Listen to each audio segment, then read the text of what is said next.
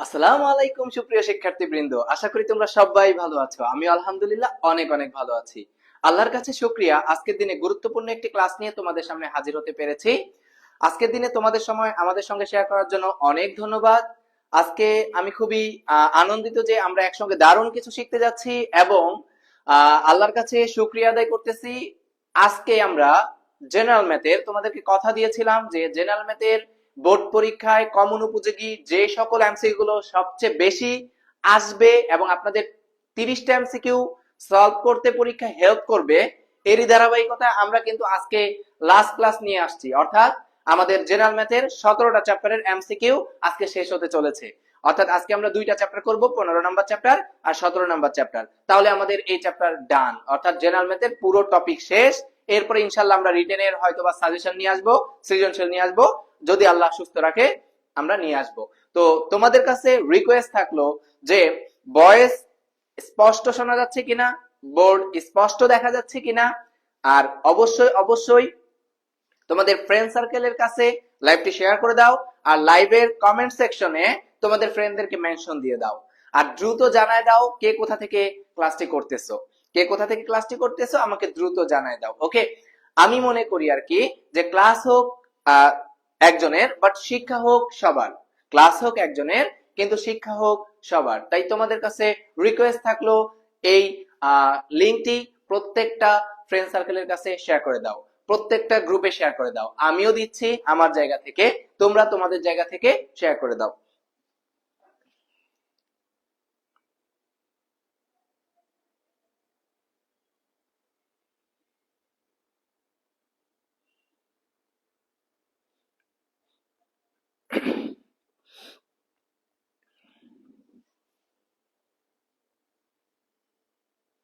আমি আমার জায়গা থেকে শেয়ার করে দিতেছি। তোমাদের কাছে রিকোয়েস্ট থাকলো তোমরাও তোমাদের ফ্রেন্ড সার্কেলের কাছে লাইভটি শেয়ার করে দাও এবং কে কোথা থেকে ক্লাসটি করতেছো সবাই আমাকে একটু জানাই দাও।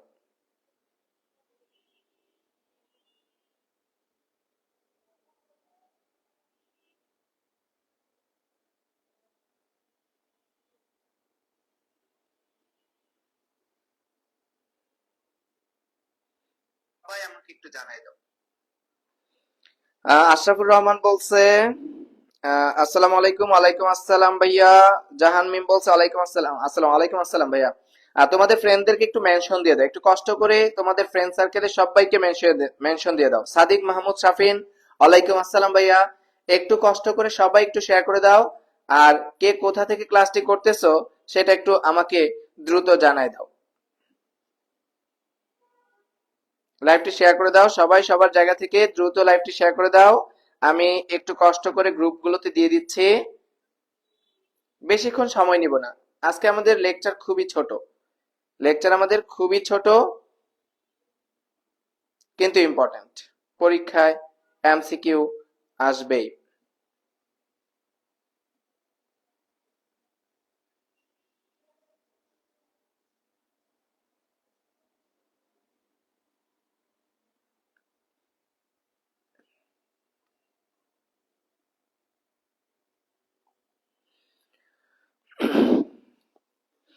হ্যাঁ, সবাই একটু মেনশন দিয়ে দাও, সবাই সবাইকে মেনশন দিয়ে দাও। আম, এবং তোমরা খাতা কলম নিয়ে রেডি হয়ে যাও, আমরা করি ক্লাসগুলো শুরু করে দেই। বেশিক্ষণ সময় নেব না। হ্যাঁ, খুব দ্রুতই শেষ করে দিব, খুব দ্রুতই শেষ করে দিব, খুব দ্রুতই শেষ করে দিব। সবাইকে মেনশন দিয়ে দাও, সবাইকে মেনশন দিয়ে দাও। ওকে, আমরা আজকে বেশি এমসিকিউ সলভ করব না, অর্থাৎ এই অধ্যায়গুলো থেকে যে সকল এমসিকিউ গুলো সবচেয়ে বেশি ইম্পর্টেন্ট 15 নাম্বার চ্যাপ্টার আর হইছে ভাইয়া 17 নাম্বার চ্যাপ্টার। এবং গতানুগতিক ধারায় তোমরা জানো যে এই দুইটা চ্যাপ্টার থেকে কয়টা এমসিকিউ আসে। 17 নাম্বার চ্যাপ্টার থেকে বেশি এমসিকিউ আসে, বাট 15 নাম্বার চ্যাপ্টার থেকে খুবই অল্প এমসিকিউ আসে। তা আমি তোমাদের হয়তো 5 থেকে 7টার মতো রাখছি আর কি এই চ্যাপ্টার গুলো সলভ করার জন্য, শুধুমাত্র কোন চ্যাপ্টার আমরা 15 নাম্বার চ্যাপ্টারে। তো আমরা চলে যাচ্ছি দেরি না করে। আমরা আজকে যেটা করব সেটা হচ্ছে 15 নাম্বার চ্যাপ্টার সাধারণ গণিতের অধ্যায় 15 ক্ষেত্রফল সম্পর্কিত উপপাদ্য ও সম্পাদ্য। ক্ষেত্রফল সম্পর্কিত উপপাদ্য ও সম্পাদ্য। তো আমরা প্রথম যে এমসিকিউটা সেটা একটু দেখি।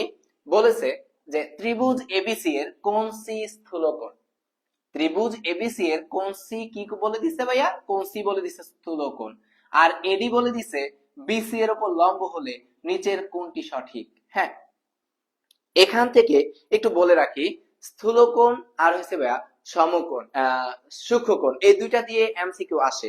তো আমি এখানে দুইটা ত্রিভুজ দিয়ে আমি তোমাকে একটু কনসেপ্টটা বলে দিই। হ্যাঁ, আমি যদি আগে একটা সূক্ষ্মকোণী ত্রিভুজের কথা বলি, আমি একটা সূক্ষ্মকোণী ত্রিভুজের কথা বললাম। আর সূক্ষ্মকোণী ত্রিভুজ কাকে বলে ভাইয়া? যেই ত্রিভুজের তিনটা কোণে কি কোণ হয়?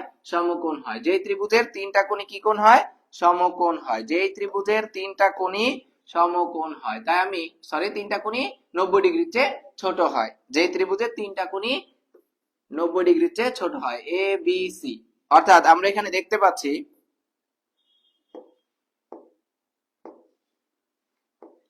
এবিসি, এটা একটা ত্রিভুজ এবং এই ত্রিভুজের প্রত্যেকটা কোণ সূক্ষ্মকোণ। এই ত্রিভুজের প্রত্যেকটা কোণ 90 ডিগ্রি থেকে ছোট, তাই এই ত্রিভুজটাকে বলা হয় সূক্ষ্মকোণী ত্রিভুজ। আমি বললাম যে যদি এখানে তো একটা কোণ বলে দিছে স্থূলকোণ, তাই না? এডি আবার বিসি এর উপর লম্ব বলে দিছে। তো আমি সূক্ষ্মকোণের কথা যদি কল্পনা করি, কোন কোণের কথা? সূক্ষ্মকোণের কথা যদি আমি কল্পনা করি, তাহলে সেই ক্ষেত্রে কনসেপ্টটা কি হবে আমি একটু বলে দেই। যদি সূক্ষ্মকোণ বলে, আর স্থূলকোণ বলে, দুইটা কেস আসে এখান থেকে এমসিকিউতে, হয় সূক্ষ্মকোণের জন্য আসে নতুবা স্থূলকোণের জন্য আসে। তো আমি ধরলাম এটা হইছে আমাদের সূক্ষ্মকোণ, আর এখানে একটা লম্ব বলে দিছে। হ্যাঁ, লম্বটা কি বলে দিছে? লম্বটা বলে দিছে এই যে এটা, অর্থাৎ এ থেকে বিসি বাহুর উপর, এ থেকে বিসি বাহুর উপর লম্বটা বলে দিছে, তার নাম কত? ডি।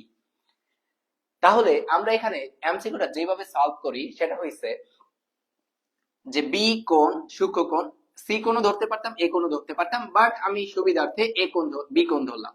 যে বলে দিছি বি কোণটা সূক্ষ্মকোণ, যে ত্রিভুজ এবিসি এর বি কোণটা আমি সূক্ষ্মকোণ বলে দিছি। তাহলে যে সূক্ষ্মকোণের বিপরীত বাহুর উপর অঙ্কিত বর্গক্ষেত্রের ক্ষেত্রফল, সূক্ষ্মকোণের বিপরীত বাহুর উপর, সূক্ষ্মকোণের বিপরীত বাহুর উপর অঙ্কিত বর্গক্ষেত্রের ক্ষেত্রফল, অর্থাৎ সূক্ষ্মকোণের বিপরীত বাহু হইছে কত? এসি। হ্যাঁ, তো এই কনসেপ্ট আমরা শুধু লাইনটা মুখস্থ রাখবো, তাহলে আমাকে হেল্প করবে একটা এমসিকিউ সলভ করার জন্য। তো ভাইয়া, সূক্ষ্মকোণের বিপরীত বাহুর উপর অঙ্কিত বর্গক্ষেত্রের ক্ষেত্রফল, তো সূক্ষ্মকোণের বিপরীত বাহু কত? এসি ভাইয়া। তাহলে সূক্ষ্মকোণের বিপরীত বাহুর উপর অঙ্কিত বর্গক্ষেত্রের ক্ষেত্রফল কত? AC square. অপর দুই বাহুর উপর, তো এটা যদি বাদ দিয়ে দেই, অর্থাৎ এটা তো হচ্ছে সূক্ষ্মকোণের বিপরীত বাহু, এই বাহুটা বাদ দিলে আরো বাহু থাকে দুইটা, আরো বাহু থাকে কয়টা? দুইটা। তাহলে আমি ওই দুইটা বাহুর উপর অঙ্কিত বর্গক্ষেত্রের ক্ষেত্রফল দিতেছি। ওই দুইটা বাহুকে একটা এবি আর একটা কত? বিসি, একটা এবি আর একটা কত? বিসি। তাহলে AB square plus BC square. কি বললাম ভাইয়া? একটি সূক্ষ্মকোণী ত্রিভুজের সূক্ষ্মকোণের বিপরীত বাহুর উপর অঙ্কিত বর্গক্ষেত্রের ক্ষেত্রফল অপর দুই বাহুর উপর অঙ্কিত বর্গক্ষেত্রের ক্ষেত্রফলের সমষ্টি অপেক্ষা যদি সূক্ষ্মকোণ বলে দেয় তাহলে হবে মাইনাস, যদি সূক্ষ্মকোণ বলে দেয় তাহলে হবে মাইনাস, আর যদি স্থূলকোণ বলে দেয় তাহলে হবে প্লাস। যদি সূক্ষ্মকোণ বলে দেয় তাহলে হবে মাইনাস, যদি স্থূলকোণ বলে দেয় তাহলে হবে প্লাস। তো তাহলে আমরা কি বলছি? সূক্ষ্মকোণের বিপরীত বাহুর উপর অঙ্কিত বর্গক্ষেত্রের ক্ষেত্রফল অপর দুই বাহুর উপর অঙ্কিত বর্গক্ষেত্রের ক্ষেত্রফলের সমষ্টি অপেক্ষা কম। কত কম? একটা 2 আসবে। আর ওই যে যেই দুইটা কি নিছি ভাইয়া? বাহু বাকি ছিল, যেই দুইটা বাহু বাকি ছিল, খেয়াল করি ভাইয়া, যেই দুইটা বাহু বাকি ছিল ওই দুইটা বাহুর যে কোনো এক বাহু আর অপর বাহুর লম্ব বিক্ষেপ, লম্ব ও বিক্ষেপ, যে কোনো এক বাহু আর অপর বাহুর কি? লম্ব বিক্ষেপ। তো একটু ব্যাপারটা খেয়াল করি যে আমরা কিন্তু এই বাহুটা নিয়ে ফেলছি, তাহলে আর অপর বাহু ছিল কোনটা? এটা, আর নিচের বিসি বাহুটা। তা আমি 2 নিছি, আর ওই দুইটা বাহু টিক চিহ্ন দেয়া এবি আর বিসি বাহু থেকে যে কোনো একটা বাহু চুজ করতেছি। আমি চুজ করলাম কোন বাহুটা? আমি চুজ করলাম বিসি বাহুটা। তুমি ভাইয়া এবি বাহুটাও চুজ করতে পারো, আমি চুজ করছি কোনটা? বিসি বাহুটা। তাহলে বলে দিছি যে ওই দুইটা বাহুর যে কোনো একটা বাহু নিলাম, আর অপর বাহুটার লম্ব বিক্ষেপের মানটা নিলাম ওই আগের বাহুটার উপর, অর্থাৎ বিসি বাহুটা যে নিছি ভাইয়া, ওই বিসি বাহুটার উপর এবি বাহুটার লম্ব বিক্ষেপ। তো বিসি বাহুটা তো এটা, আর এবি বাহুর লম্ব বিক্ষেপ বলতে এ থেকে ওই বিসি বাহুর উপর লম্ব টানতে হবে, বি থেকে ওই বিসি বাহুর উপর লম্ব টানতে হবে। তো বি থেকে যদি লম্ব টানি, এটা তো এখানে আসেই ভাইয়া, আর এ থেকে যদি লম্ব টানি তাহলে এখানে আসছে, তাহলে লম্ব বিক্ষেপের মানটা কিন্তু ভাইয়া এটা। হ্যাঁ, লম্ব বিক্ষেপের মানটা এটা, অর্থাৎ এবি বাহুর লম্ব বিক্ষেপ কার উপরে? বিসি বাহুর উপরে। এবি বাহুর লম্ব বিক্ষেপ বিসি বাহুর উপরে কত? বিডি। কারণ আমি এখানে কত বলতে পারি? হয় বিডি বলতে পারি অথবা কি বলতে পারি? সিডি বলতে পারি, যে কোনো একটা বললেই হয়েছে। হ্যাঁ, তো আমি এখানে আমাদের কনসেপ্টে কি বলছি একটু দেখি, যে অর্ধেকই তো বিডি আর সিডি, এখানে আমি নিলাম বিডি, কারণ আমাদের কনসেপ্ট অনুসারে এটা ঠিক। কনসেপ্ট অনুসারে এটা ঠিক। আমি আবার একটু সামারি করতেছি। একটি সূক্ষ্মকোণী ত্রিভুজের, এটা সূক্ষ্মকোণী ত্রিভুজ, সূক্ষ্মকোণটা কত ধরছি? বি। সূক্ষ্মকোণের বিপরীত বাহুর উপর অঙ্কিত বর্গক্ষেত্রের ক্ষেত্রফল, সূক্ষ্মকোণের বিপরীত বাহুর উপর অঙ্কিত বর্গক্ষেত্রের ক্ষেত্রফল, অপর দুইটা বাহুর উপর অঙ্কিত বর্গক্ষেত্রের ক্ষেত্রফলের সমষ্টি অপেক্ষা কম, তাই মাইনাস। কত কম? দ্বিগুণ। কার দ্বিগুণ? ওই যে যেই দুইটা বাহু বাকি ছিল, ওই দুইটা বাহুর যে কোনো এক বাহু নিছি। কোন বাহুটা নিছি? ভূমিতে যেটা আছে বিসি বাহুটা নিছি, আর বিসি বাহুটার উপর আর ওই যে একটা বাহু বাকি ছিল এবি, ওই বাহুটার লম্ব বিক্ষেপ। তাহলে বিসি বাহুর উপর এবি বাহুর লম্ব বিক্ষেপ কত ভাইয়া? বিসি বাহুর উপর এবি বাহুর লম্ব বিক্ষেপ হইছে আমাদের বিডি, কারণ এ থেকে বিসি বাহুর উপর লম্ব টানছি, আর বি থেকে তো লম্ব এখানে আছেই, তার মানে এ বি বাহুর লম্ব বিক্ষেপ কত? বিডি। এটা হইছে আমাদের কোন ত্রিভুজের ক্ষেত্রে? বা এটা হইছে আমাদের সূক্ষ্মকোণী ত্রিভুজের ক্ষেত্রে। তাই আমরা এই কনসেপ্টটা একটু মনে রাখবো, এটাও আমাদের এমসিকিউতে আসে। এবার আমাদের এখানে কি বলছে? এই এমসিকিউটাতে বলছে, সবাই কি বুঝতে পারছো? এই যে এই এমসিকিউটা, অর্থাৎ আমরা এখানে সূক্ষ্মকোণী ত্রিভুজের ক্ষেত্রে যেটা পাইলাম, কি বলছে? মেহজাবিন মাইশা, ওয়ালাইকুম আসসালাম ভাইয়া। ইব্রাহিম রহমান, ওয়ালাইকুম আসসালাম ভাইয়া। কনা আহমেদ, ওয়ালাইকুম আসসালাম ভাইয়া। ওয়ালাইকুম আসসালাম। এক নংটা আবার বুঝান ফার্স্ট থেকে। আচ্ছা, আমি আবার একটু বুঝাচ্ছি, এক নংটাই আবার একটু বুঝাচ্ছি। কি বলছি? যে এটা এখনো করাই নাই। হ্যাঁ, এক নম্বর এখনো আসি নাই। আমি এইটা, এখানে তো আমাকে স্থূলকোণ বলছে ভাইয়া, এখানে আমাকে স্থূলকোণ বলছে। তা আমি স্থূলকোণটা পরে কল্পনা করতেছি, আমি আগে সূক্ষ্মকোণ দিয়ে দেখাইতেছি এমসিকিউটা। মানে এটা স্থূলকোণ দিয়েও আসে, সূক্ষ্মকোণ দিয়েও আসে। তো বোর্ড পরীক্ষা এখন পর্যন্ত আসছে স্থূলকোণ দিয়ে, আমি তোমাকে সূক্ষ্মকোণ দিয়েও শিখায় রাখতেছি। যদি পরীক্ষা আসে তাহলে তুমি বিপদে পড়বা না। তাহলে কি বলছে ভাইয়া?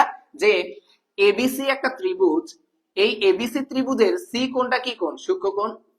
তো সূক্ষ্মকোণের বিপরীত বাহু, সূক্ষ্মকোণের বিপরীত বাহুর উপর অঙ্কিত বর্গক্ষেত্রের ক্ষেত্রফল, আর বাকি যে দুইটা বাহু বাকি আছে, ওই দুইটা বাহুর উপর অঙ্কিত বর্গক্ষেত্রের ক্ষেত্রফলের সমষ্টি। এইটুকু ক্লিয়ার, তাই না? এরপরে সূক্ষ্মকোণ বললে মাঝে মাইনাস দিব, এরপর একটা 2 নিয়ে আসবো। যেই দুইটা বাহু বাকি ছিল এসি বাদ দিয়ে, সূক্ষ্মকোণের বিপরীত বাহু বাদ দিয়ে যেই দুইটা বাহু বাকি ছিল, একটা এবি আর একটা বিসি, ওই দুইটা বাহু থেকে আমি একটা বাহুকে চুজ করতেছি। তো এটা আমি কোনটা চুজ করছি? নিচে যে বাহুটা বাকি আছে বিসি বাহুটা, আর বিসি বাহুর ওপর ওই যে আরেকটা যে বাহু বাকি ছিল এবি, এই বাহুটা লম্ব বিক্ষেপ। লম্ব বিক্ষেপ কিভাবে টানে? এ থেকে বিসি বাহুর উপর লম্ব টানছি, আবার বি থেকেও বিসি বাহুর উপর লম্ব টানছি। তো বি থেকে বিসি বাহুটা তবে এখানেই হয়, আর এ থেকে লম্ব টানলে অবশ্যই এখানে পড়ে। তাহলে লম্ব বিক্ষেপের মানটা হইছে ফার্স্ট বিন্দু থেকে লাস্ট বিন্দু পর্যন্ত, ফার্স্ট বিন্দু থেকে লাস্ট বিন্দু পর্যন্ত। এটা হইছে আমাদের এবি বাহুর লম্ব বিক্ষেপ বিডি। এবি বাহুর লম্ব বিক্ষেপ কত? বিডি। এটা তো এটা হইছে আমাদের সূক্ষ্মকোণের ক্ষেত্রে এমসিকিউটা দিতে পারে। এবার আমরা, বুঝতে পারছো কিনা ভাই আমাকে একটু জানাই দিও। হ্যাঁ, বুঝতে পারছো কিনা আমাকে একটু জানাই দিও মিম। এরপরে এটা আমাকে কি বলছে? ত্রিভুজ এবিসি এর কোণ সি স্থূলকোণ বলছে। তা আমি একটা স্থূলকোণ নেই ভাইয়া, আমি একটা স্থূলকোণ নিচ্ছি। যদি স্থূলকোণ নেই তাহলে দেখি আমরা কেমন আসে। আমরা একটা স্থূলকোণী ত্রিভুজ নিতেছি, স্থূলকোণী ত্রিভুজ। একটা স্থূলকোণী ত্রিভুজ নেই, আমি এটা একটা স্থূলকোণী ত্রিভুজ নিচ্ছি। হ্যাঁ, আমি একটা কে নিছি ভাইয়া? স্থূলকোণী ত্রিভুজ নিচ্ছি। দেখো এই ত্রিভুজটার আমি নাম দিয়ে দিতেছি, এটা হচ্ছে আমাদের এ, এটা হচ্ছে আমাদের বি, এটা হচ্ছে আমাদের সি। না, আমি ইচ্ছা মতো নিতে পারবো না, কারণ আমাকে কি বলে দিছে? সি কোণটা স্থূলকোণ বলে দিছে। আমাকে কি বলে দিছে? সি কোণটা স্থূলকোণ বলে দিছে। তাই এখানে আমরা স্থূলকোণী ত্রিভুজ কাকে বলে? ভাইয়া যেই ত্রিভুজের একটা কোণ 90 ডিগ্রির চেয়ে বড় হয়, যেই ত্রিভুজের একটা কোণ 90 ডিগ্রির চেয়ে বড় হয় তাকে স্থূলকোণী ত্রিভুজ বলে। কারণ আমি এখানে দেখতে পাইতেছি এই কোণটা, অর্থাৎ আমরা এখানে যেই কোণটা পাচ্ছি এই কোণটা হইছে 90 ডিগ্রি থেকে বড়। তো এই কোণটা যেহেতু 90 ডিগ্রি থেকে বড়, এই কোণটাকে আমি ধরতেছি সি কোণ, কারণ আমাকে বলে দিছে সি কোণটা কি কোণ?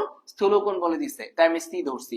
বাকিটা আমি আমার ইচ্ছা মতো এখানে এ ধরলাম আর এখানে বি ধরলাম। ধরছি।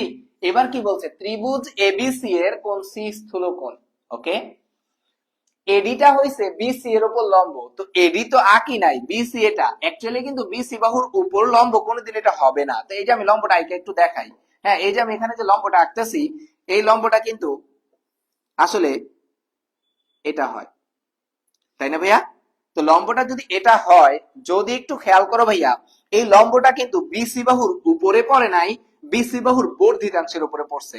বিসি বাহুর উপরে পড়ে নাই, বাট বিসি বাহুর কি পড়ছে, বর্ধিতাংশের উপরে পড়ছে। কোনটা, এই যে, অর্থাৎ বিসি বাহুর বর্ধিতাংশের উপরে কি পড়ছে, আমাদের লম্বটা পড়ছে, এবং সেই লম্বটার মান কত ধরতে বলছে, এডি, এ থেকে ডি, এবং এটা হচ্ছে লম্ব।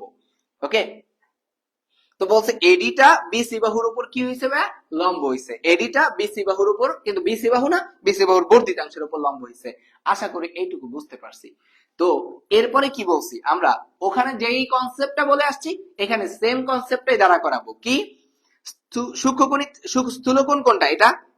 তো স্থূলকোণ যদি এটা হয়, তাহলে স্থূলকোণের বিপরীত বাহু কোনটা, এটা। স্থূলকোণের বিপরীত বাহুর উপর অঙ্কিত বর্গক্ষেত্রের ক্ষেত্রফল, মানে এসি, সরি বলেছি, এ বি স্কয়ার। স্থূলকোণী ত্রিভুজের স্থূলকোণের বিপরীত বাহুর উপর অঙ্কিত বর্গক্ষেত্রের ক্ষেত্রফল কত আসছে, এ বি স্কয়ার। হ্যাঁ, A B square is equal to ওই ত্রিভুজের অপর যে দুইটা বাহু বাকি আছে। তো ত্রিভুজটা ছিল কত, এবিসি। স্থূলকোণের বিপরীত বাহু নিছি কত, স্থূলকোণের বিপরীত বাহু নিছি আমরা এবি, আর অপর দুইটা বাহু বাকি আছে আমাদের, একটা এসি আর একটা কত, BC. That means AC square plus কত, বিসি স্কয়ার। স্থূলকোণী ত্রিভুজের স্থূলকোণের বিপরীত বাহুর উপর অঙ্কিত বর্গক্ষেত্রের ক্ষেত্রফল অপর দুইটা বাহুর উপর অঙ্কিত বর্গক্ষেত্রের ক্ষেত্রফলের সমষ্টি অপেক্ষা কম হবে না বেশি হবে। সূক্ষ্মকোণের ক্ষেত্রে কম, তাই মাইনাস। স্থূলকোণী ত্রিভুজের ক্ষেত্রে বেশি, তাই কি প্লাস। কত প্লাস, 2 প্লাস।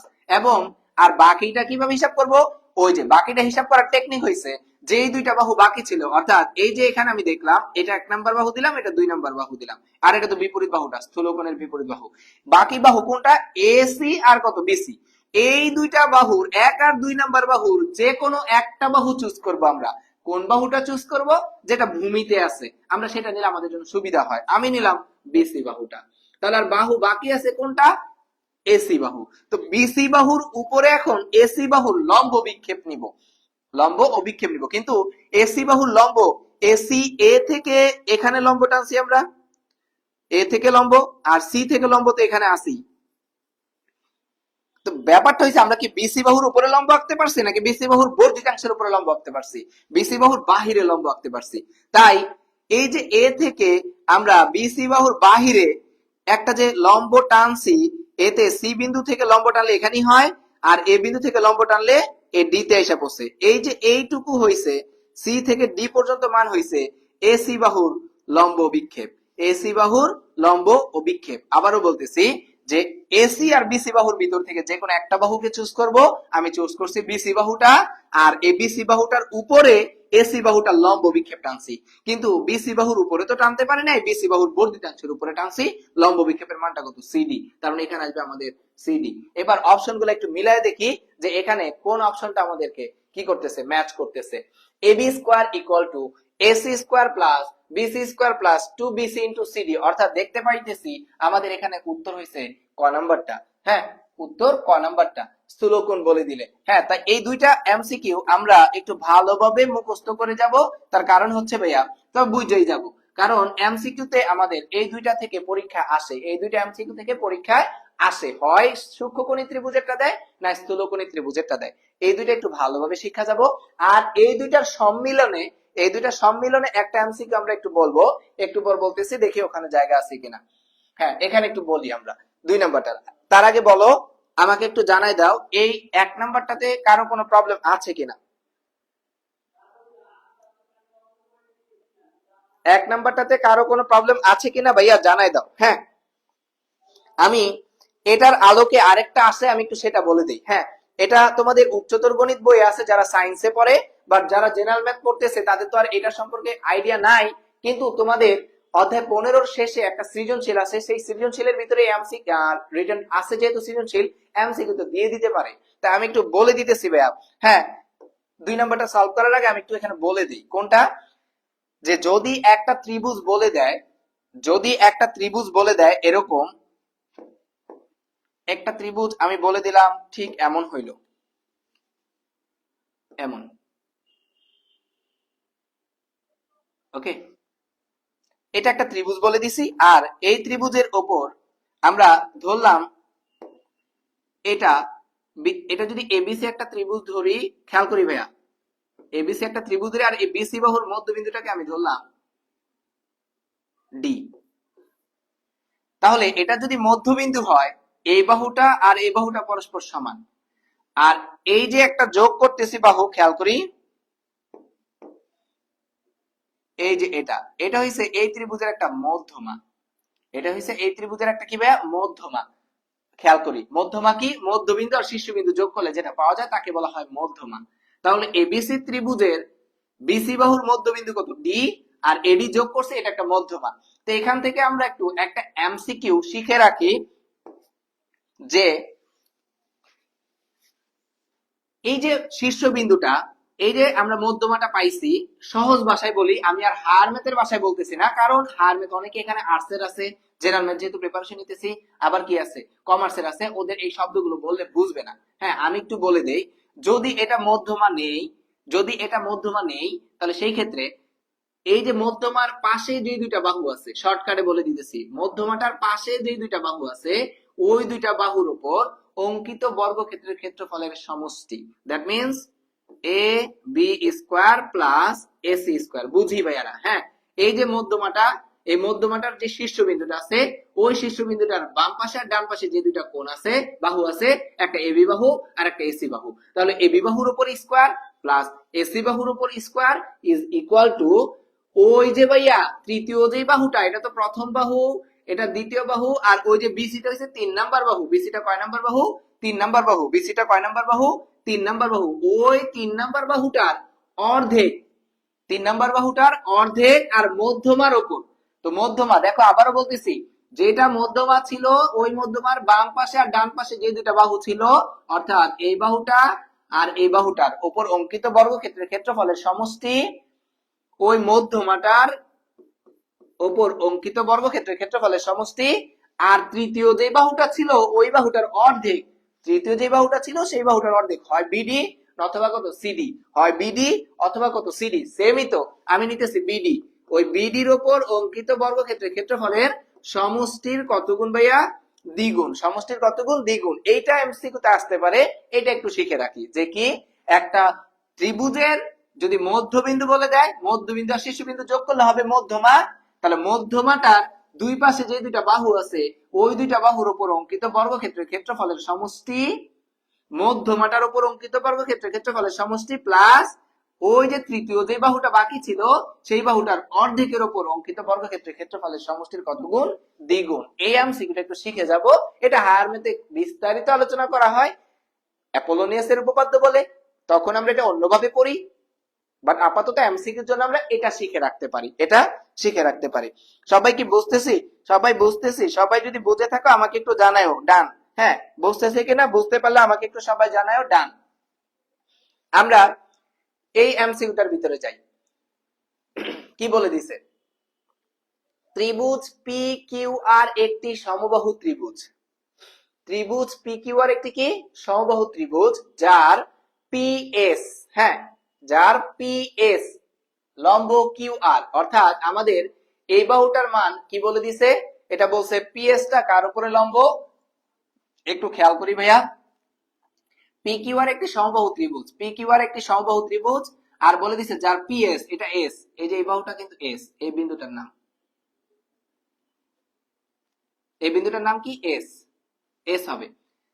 পিএস টা কার উপর লম্ব, কিউ আর এর উপর লম্ব, ঠিক আছে, এবং পি কিউ এর মানটা বলে দিছে, এটা বাংলায় 4 বলছে আর এখানে ইংলিশে 4 লিখে দিছে। হ্যাঁ, এটা একটু ফ্যাক্ট না, আমি একটু বলে দিতেছি, পি কিউ এর মানটা কত, 4, পি কিউ এর মানটা কত, 4, এটা 4, পি কিউ এর মানটা চিত্রে কত দেখা যাচ্ছে ভাই, 4 দেখা যাচ্ছে। আচ্ছা, সেন্টিমিটার, এর দৈর্ঘ্য কত সেন্টিমিটার, এটা এস, এই যে এই বিন্দুটাই এস বুঝাইছে। ওকে, এটা আমরা হিসাবে না রাখি, এটা এস। ওকে, দেখি, অর্থাৎ এই যে পি কিউ আর একটা ত্রিভুজ, এই পিএস টা কিউ আর এর উপরে কি হয়েছে, লম্ব হয়েছে, তার মানে এটা লম্ব বলে দিছে, লম্ব। এবং পি কিউ এর মানটা বলে দিছে 4। ভাইয়া এই মানটা যদি 4 হয়, যেহেতু এটা একটা সমবাহু ত্রিভুজ, এটাও কত 4, আর নিচের এইটুকুর মানও কত ভাইয়া 4, এটা নিয়ে কোনো সন্দেহ নাই। বলছে কার মান বের করতে বলছে, আমাদের এখানে বের করতে বলছে, কোনটা এখানে উল্লেখ করে নাই, আমি একটু বলে দিচ্ছি। এখানে বের করতে বলছে পিএস এর দৈর্ঘ্য কত সেন্টিমিটার। যদি আমি বলি, হ্যাঁ কিউএস যদি বলে, যদি এখানে কিউএস এর দৈর্ঘ্য বের করতে বলতো, যদি বলতো এখানে কিউএস এর দৈর্ঘ্য কত, টাইপিং মিস্টেক, অর্থাৎ আমাদের যে স্লাইড বানাইছে সে এখানে মিস করছে, আমি একটু বলে দিচ্ছি। যদি কিউএস বের করতে বলতো, তাহলে টোটালটা যেহেতু 4, তার মানে এটা কত আসবে 2, এটাও কত আসবে 2। হ্যাঁ, কিন্তু আমি একটু ডিপ প্রশ্ন করতেছি পিএস বের করার জন্য। হ্যাঁ, পিএস এর মানটা কত, পিএস এর মানটা কত, আমি এটা জানতে চাচ্ছি যে ভাই পিএস এর দৈর্ঘ্যটা কত। তো এটা যেহেতু একটা সমবাহু ত্রিভুজ, এটা 4, টোটালটা 4, এটাও 4, লম্ব আঁকছি, তার মানে এটা একটা সমবাহু ত্রিভুজ, এটা একটা সমকোণী ত্রিভুজ। সমবাহু ত্রিভুজের এই অর্ধেকটা সমকোণী ত্রিভুজ, এই অর্ধেকটা সমকোণী ত্রিভুজ। তাহলে এই সমকোণী ত্রিভুজে পিথাগোরাসের সূত্র যদি অ্যাপ্লাই করি, পিএস এর মানটা আসবে, পিএস কিউএস যদি বলতো তাহলে কিউএস 2 সেন্টিমিটার আসতো, তাহলে উত্তর হইতো ক। জানি না কি আসছিল এখানে, আমি বলে দিচ্ছি। তারপরও যদি পিএস এর মান বের করতে বলে, তাহলে সেই ক্ষেত্রে আমাদের এখান থেকে আসবে PS equal to root over অতিভুজ স্কয়ার মাইনাস ভূমি স্কয়ার, ভূমির মান কত 2, এটা দিয়েও দিতে পারে পরীক্ষায়। হ্যাঁ, তার মানে এখানে আসছে কত 16, এখানে আসছে কত 4, অর্থাৎ রুট ওভার কত 12, 12 কে রুট করলে কত আসবে 2√3, এটাও দিতে পারে পরীক্ষায়। কিন্তু আমার এখানে চাইছে কিউএস এর মানটা, তো কিউএস 2 একক সেন্টিমিটার। হ্যাঁ, তো পিএস এর মানটা মনে পরবর্তী এমসিকিউতে চাইছে হয়তোবা, আমি দেখি তারপরও। কারণ এখান থেকে আমাদের সবচেয়ে মজাদার ব্যাপার হচ্ছে অধ্যায় 15 থেকে, তো 15 থেকে অত বেশি কঠিন প্রশ্ন করে না এমসিকিউতে, শুধু সমকোণী ত্রিভুজের সূত্রটা দিয়ে করে। হ্যাঁ, দেখছি ম্যাক্সিমাম ক্ষেত্রে এরকম এমসিকিউটা তোমাদের বোর্ড পরীক্ষায় দিছে ভাইয়া। সেটা কেমন, একটা সমকোণী ত্রিভুজ দিয়ে, একটা সমকোণী ত্রিভুজ দেয়, এই সমকোণী ত্রিভুজের ভিতরে বলে দেয় এটা যদি একটা এবিসি সমকোণী ত্রিভুজ হয়, যে কোনো একটার বাহুর মান দিয়ে আরেকটা, দুইটা বাহুর মান দিয়ে আরেকটা বাহুর মান বের করতে বলছে। যেমন এটা বলে দেয় কত 4, এটা বলে দেয় কত 3, তাহলে এই বাহুর মান কত। তো এসি বাহুর মান তো ভাই বাচ্চারা পারে, বাচ্চাদের মতো, তাই না? 4 স্কয়ার প্লাস কত 3 স্কয়ার, এটা ক্যালকুলেশন করলে কত আসবে 5। এই পিথাগোরাসের সূত্রটা একটু জেনে যাও, অধ্যায় 15 থেকে ম্যাক্সিমাম ওই পিথাগোরাসের সূত্রটা দিয়ে এমসিকিউটা দেয়। ওকে, আচ্ছা, তো এখানে আমাদের বের করতে বলছে কিউএস এর দৈর্ঘ্য। তো আমি এখানে কিউএস এর দৈর্ঘ্য কত পাইছি 4, 4 এর অর্ধেক কত 2, 4 এর অর্ধেক কত 2। এখানে সবচেয়ে মজাদার যে ব্যাপারটা, এই জায়গাটায় তোমাদের একটা প্রশ্ন থাকে যে ভাই আমি টানলাম লম্ব, তো এটা দুই ভাগে ভাগ হয়ে গেল কেমনে, লম্ব টানার ফলে কি দুই ভাগে ভাগ হয়ে যায়, এটা আমি একটু বুঝাই। হ্যাঁ, এটার ভিতরে এসে বুঝাই যে লম্ব টানার ফলে কি দুই ভাগে ভাগ হয়ে যায়। আমি একটা সমবাহু ত্রিভুজ যদি নেই, একটা সমবাহু ত্রিভুজ নিতেছি ভাইয়া, খেয়াল করি সবচেয়ে গুরুত্বপূর্ণ যে শব্দটা বলতেছি, এটা একটা সমবাহু ত্রিভুজ নিলাম। হ্যাঁ, আমরা জানি সমবাহু ত্রিভুজের এটা এ, এটা বি, এটা সি। যদি সমবাহু ত্রিভুজের বিসি বাহুর মধ্যবিন্দুটা নেই আমি ডি, যদি সমবাহু ত্রিভুজের আমি মধ্যবিন্দুটা কত নেই ডি, ওই ডি বিন্দুটা হবে, যদি আমি যে কি করি এ বিন্দু থেকে যদি আমি বিসি বাহুর উপর লম্বটা নিই, তাহলে ওই ডি টাতে গিয়ে কি হবে পতিত হবে। অর্থাৎ আমাদের এই কনসেপ্টটা একটু ক্লিয়ার রাখতে হবে যে আমি যদি একটা সমবাহু ত্রিভুজ নেই, তাহলে শীর্ষ থেকে বিপরীত বাহুর উপর যদি লম্বটা নিই, ওই লম্বটা ওই নিচের বাহুটাকে সমান দুই ভাগে কি করে ফেলে, ভাগ করে ফেলে। দ্যাট মিন্স এই ক্ষেত্রে এটার সমবাহু ত্রিভুজের ক্ষেত্রে মধ্যমার মানটা আর কি লম্বের মানটা পরস্পর কি হয়, সমান হয়। এটা একটু ভাইয়েরা মনে রাখবো, এটা একটু ভাইয়েরা মনে রাখবো। আরেকটা ক্ষেত্রে আমি যদি এখান থেকেও লম্ব টানতাম, অর্থাৎ আমি যদি এই শীর্ষবিন্দু থেকেও লম্ব টানতাম, তাহলেও কিন্তু আমার কি হইতো ভাইয়া, অবশ্যই এখানে গিয়ে লম্ব হইতো। আবার আমি যদি কি নিতাম, আমি যদি এখান থেকেও কি টানতাম, লম্ব টানতাম, তাও দেখা গেছে কি এখানে গিয়ে কি হইতো, লম্ব হইতো। অর্থাৎ যেটাই নেই আমরা লম্ব হবে সমবাহু ত্রিভুজের ক্ষেত্রে। কিন্তু সমদ্বিবাহু যদি ত্রিভুজ নেই ভাইয়া, কি ত্রিভুজ, যদি আমরা সমদ্বিবাহু ত্রিভুজটা নিতাম, সমদ্বিবাহু ত্রিভুজ, তো সমদ্বিবাহু ত্রিভুজের ক্ষেত্রে একমাত্র ভাইয়া, সমদ্বিবাহু ত্রিভুজের ক্ষেত্রে এটা আমরা জানি সমদ্বিবাহু ত্রিভুজ হচ্ছে যেই ত্রিভুজের দুইটা বাহু পরস্পর সমান, আর 3 নাম্বারটা কি, অসমান। 3 নাম্বারটা কি, অসমান। তো ভাইয়া এই বাহুটা আর এই বাহুটাকে আমরা সমান কল্পনা করতেছি, 3 নাম্বারটা অসমান। সমবাহু ত্রিভুজের ক্ষেত্রে কিন্তু এটা এটা এটা তিনটাই কি ছিল, সমান। আর সমদ্বিবাহু ত্রিভুজের ক্ষেত্রে কিন্তু তিনটা সমান না, যে কোনো দুইটা সমান। তো দুইটা সমানের ক্ষেত্রে ওই যে দুইটা বাহু মিলিত হয়েছে গিয়ে, যে দুইটা বাহু মিলিত হয়েছে ওই বিন্দুটা থেকে, ওই বিন্দুটা থেকে যদি আমি ভাইয়া কি করি, ওই বিন্দুটা থেকে যদি আমি বিপরীত বাহুর উপর একটা লম্ব টানি, তাহলে দেখা গেছে ওই লম্বটা আমাদের, ওই লম্বটা আমাদের কি হবে, একদম মিডল পয়েন্টে গিয়ে পড়বে। অর্থাৎ এটা হবে আমাদের এই বাহুটার মধ্যবিন্দু, অর্থাৎ বিসি বাহুর মধ্যবিন্দু হবে ডি। অর্থাৎ একমাত্র এই যে এটার ক্ষেত্রে তো তিনটাই কি হয়েছে, মধ্যমা আর কি হয়েছে, লম্ব। আর সমদ্বিবাহু ত্রিভুজের ক্ষেত্রে শুধু এটাই কি হবে, মধ্যমার লম্ব হবে।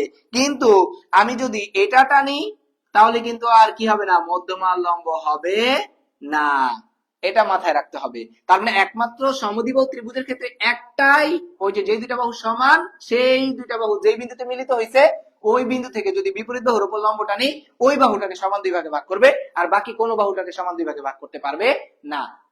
কিন্তু সমবাহু ত্রিভুজের ক্ষেত্রে আমি যে শীর্ষবিন্দু থেকে এই লম্ব টানি না কেন, কি করবে, সমান দুই ভাগে ভাগ করবে। এই পার্থক্যটুকু একটু জেনে রাখবো। আশা করি বুঝতেছি। কি বলে,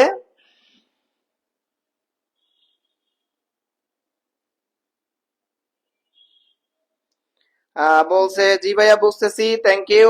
পিএস এর মান 2√3 হবে, হ্যাঁ থ্যাংক ইউ। 2 এর ক বলছে, দেখি আমরা 2 এর ক কিনা, হ্যাঁ 2 এর ক। ওয়ালাইকুম আসসালাম অদর আপু, কি বলছে অদর আপু, বলছে সার, তুই একটা সার, তুই গরু, তুই ছাগল, তুই শিক্ষিত খাসি। অদর একটা শিক্ষিত খাসি, তুমি একটা শিক্ষিত খাসি, হ্যাঁ। আমাকে সার বললে তুমি খাসি, স্কুলের আশেপাশে বড় হয়েছে, শিক্ষিত খাসি। আর কি বলছে, আম, আচ্ছা আমরা পরবর্তীটাতে চলে যাই। পরবর্তী এমসিকিউটাতে কি বলছে, এটাতে বলছে ত্রিভুজটির উচ্চতা পিএস কত সেন্টিমিটার। তা আমরা একটু আগে বের করে রাখছি, এই যে ত্রিভুজটির উচ্চতা পিএস, এই যে পিএস এর মান আমরা বের করে রাখছি 2√3। পিএস এর মান কত, 2√3। আশা করি আমরা এই এমসিকিউটার উত্তর পেয়ে গেছি, 2√3। মস্করা করে 2√3। আশা করি আমরা বুঝতে পারছি, আশা করি আমরা বুঝতে পারছি। ওকে, আমরা পরবর্তী এমসিকিউটাতে চলে যাচ্ছি। এবিসিডি সামান্তরিকের ক্ষেত্রফল 120 বর্গ সেন্টিমিটার। এবিসিডি সামান্তরিকের ক্ষেত্রফল বলে দিছে ভাইয়া 120 বর্গ সেন্টিমিটার। ত্রিভুজ এবিসি এর ক্ষেত্রফল কত বর্গ সেন্টিমিটার, বর্গ মিটার হবে, হ্যাঁ। আচ্ছা, এখানে সবচেয়ে মজাদার যে ব্যাপার হইছে, এবিসিডি সামান্তরিকের ক্ষেত্রফল 120 বর্গ মিটার বলে দিছে, হ্যাঁ। এবিসিডি সামান্তরিকের ক্ষেত্রফল 120 বর্গ মিটার। ত্রিভুজ এবিসি এর কি চাইছে, ত্রিভুজ এবিসি এর, এখানে এবিসি হবে, ত্রিভুজ এ বি সি এর কি চাইছে, ক্ষেত্রফল কত বর্গ মিটার। তো ভাইয়া আমরা একটা সামান্তরিক যদি আঁকি, একটা সামান্তরিক আমরা এখানে আঁকি, এটা, এই সামান্তরিকের নাম আমি দিলাম ABCD, A B C D. তো বলছে এই সামান্তরিকের টোটালটার ক্ষেত্রফল হচ্ছে 120। টোটালটার ক্ষেত্রফল কত বলে দিছে, 120 বর্গ মিটার। বলছে ত্রিভুজ এবিসি এর ক্ষেত্রফল কত। তো ভাইয়া এবিসি পাওয়া যাবে কিভাবে, এবিসি পাওয়া যাবে যদি আমরা এটা যোগ করে দেই। ওকে, এটা যোগ করলাম আমরা। তো যদি এটা যোগ করি তাহলে এই এবিসি ত্রিভুজের ক্ষেত্রফল, অর্থাৎ এটার ক্ষেত্রফল হবে, এটার ক্ষেত্রফল হবে, যদি একটু ভালোভাবে তাকাই সবাই তাহলে দেখতে পাবো এই ত্রিভুজটার ক্ষেত্রফল টোটাল সামান্তরিকের ক্ষেত্রফলের কি হবে, অর্ধেক। অর্থাৎ টোটালটা তো 120, তাহলে এটা হবে কত, 60। এটাও কত হবে, 60। 60 60 120, দ্যাট মিন্স উত্তর হইছে আমাদের 60। উত্তর আমাদের 60। আশা করি বুঝতেছো, সবাই কি বুঝতেছো, আমাকে একটু জানাবা ভাইয়া, হ্যাঁ যদি বুঝে থাকো আমাকে বইলো ডান, হ্যাঁ আমি বুঝতে পারবো যে বুঝতেছো। পরেরটা কি বলছে, সমউচ্চতার, আচ্ছা এই এমসিকিউটাতে একটু ভুল আছে, এমসিকিউটাতে একটু ভুল আছে, অপশনগুলোর উত্তরগুলো একটা যে কোনো একটা উত্তর আসবে। এখানে বলছে ত্রিভুজ এবিসি এর, এটাতে একটু ভুল আছে, আমরা এটা একটু স্কিপ করতেছি, পরেরটাতে চলে যাই।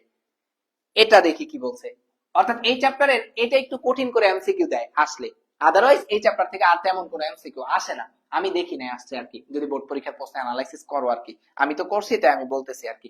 কি বলছে দেখো, এখানে বলে দিছে যে এ বি সি ডি একটা সামান্তরিক দেখা যাচ্ছে, আবার বি সি এফ ই একটা আয়তক্ষেত্র দেখা যাচ্ছে, আবার এখানে ত্রিভুজও আছে। বাট এই চিত্র অনুসারে যেহেতু বিসি এবিসিডি একটা সামান্তরিক, তার মানে সমান্তরাল, বিপরীত বাহু জোড়া পরস্পর সমান্তরাল আছে। যদি এমন হয় তাহলে সেই ক্ষেত্রে আমাকে বলছে নিচের কোনটা সঠিক। আমি দেখি কি বলছে। ত্রিভুজ ক্ষেত্র এবিসি ইজ ইকুয়াল টু ত্রিভুজ ক্ষেত্র বিডিসি। ত্রিভুজ ক্ষেত্র এবিসি, এ বি সি কোনটা, এ বি সি, অর্থাৎ এই ক্ষেত্রফলটা, ত্রিভুজ এবিসি এই ক্ষেত্রফলটা ইকুয়াল টু ত্রিভুজ বিডিসি। তো বলছে এবিসি ত্রিভুজের ক্ষেত্রফল আর বিডিসি ত্রিভুজের ক্ষেত্রফল পরস্পর সমান বলছে। যদি ভাইয়া একটা ত্রিভুজের মানে একটা সামান্তরিক যদি একটা নিচের ভূমিটা যদি কি হয় সেম হয়, একটা আমি এখানে একটু আরেকটু ইজি করে বুঝাই। ধরো আমি দুইটা সমান্তরাল রেখা নিচ্ছি, এটা একটা নিলাম আর আরেকটা নিলাম, কোনটা নিলাম, এটা আরেকটা নিলাম। ওকে, এই যে আমি নিলাম, যদি এই দুইটা রেখা পরস্পর সমান্তরাল হয়, পরস্পর সমান্তরাল, এটা ধরলাম এ, এটা ধরলাম বি, আমি যদি ভাইয়া এই সমান্তরাল রেখাটার এটাকে ভূমির প্রান্তবিন্দু একটা, এটাকে ভূমির প্রান্তবিন্দু আরেকটা কল্পনা করলাম, যদি নেই তাহলে প্রান্তবিন্দু থেকে এখান থেকে এখানে যদি যাই, তাহলে যেই ত্রিভুজটা পাওয়া গেল এই ত্রিভুজের ক্ষেত্রফল, আবার আমি যদি এটার নাম দিলাম সি, এটা না নিয়ে যদি আমি এখান থেকে এখানে যাই, এটার নাম যদি ডি দেই, তাহলে এই ত্রিভুজের ক্ষেত্রফল আর এই ত্রিভুজের ক্ষেত্রফল পরস্পর কি আসবে, সমান আসবে। অর্থাৎ আমি বলতে চাচ্ছি দুইটা সমান্তরাল রেখা যদি থাকে এবং একই ভূমি যদি থাকে, তাহলে একই ভূমির উপর ওই সমান্তরাল রেখার উপরে যতগুলো ত্রিভুজ অঙ্কন করি না কেন ভিতরে, সবগুলো ত্রিভুজের ক্ষেত্রফল কি আসবে ভাইয়া, সমান আসবে। তার কারণ হচ্ছে প্রত্যেকটার হাইট পরস্পর সমান, প্রত্যেকটার হাইট পরস্পর, উচ্চতা পরস্পর সমান। তো সেই ক্ষেত্রে আমাদের প্রথম এমসিকিউটা কি আছে ভাইয়া, ঠিক আছে, সেই ক্ষেত্রে আমাদের প্রথম এমসিকিউটা ঠিক আছে। পরেরটা কি বলছে, ত্রিভুজ ক্ষেত্র এডিসি, এডিসি অর্থাৎ এই ক্ষেত্রফলটা, ত্রিভুজ ক্ষেত্র এডিসি, আমাকে বলছে এই যে এই ক্ষেত্রফলটা ত্রিভুজ ক্ষেত্র এডিসি, এই ক্ষেত্রফলের মানটা, আর বলে দিছে আয়তক্ষেত্র বি সি এফ ই, এই আয়তক্ষেত্রের ক্ষেত্রফলের সমান। কমন সেন্স দিয়ে যদি বলি, আয়তক্ষেত্রের ক্ষেত্রফল কখনো এই ত্রিভুজের ক্ষেত্রফলের কি আসবে না, সমান আসবে না। তুমি দেখো একটা চোখের আন্দাজে যদি তাকাই আমরা, তাও কোনোদিন এই ক্ষেত্রফল পরস্পর কি আসবে না, সমান আসবে না। কারণ আমাদের এই ক্ষেত্রে এই অপশনটা ভুল, এই অপশনটা ভুল। ওকে, পরেরটা কি বলছে, সামান্তরিক ক্ষেত্র এবিসিডি। তো সামান্তরিক ক্ষেত্র এবিসিডি মানে কি, সামান্তরিক ক্ষেত্র এবিসিডি মানে হচ্ছে যে এ বি সি ডি, এই যে এই সামান্তরিকটা, এই সামান্তরিকটা এবিসিডি, এটা একটা সামান্তরিক। বলছে এই সামান্তরিকের ক্ষেত্রফল ভাইয়া আয়তক্ষেত্র বিসিএফই।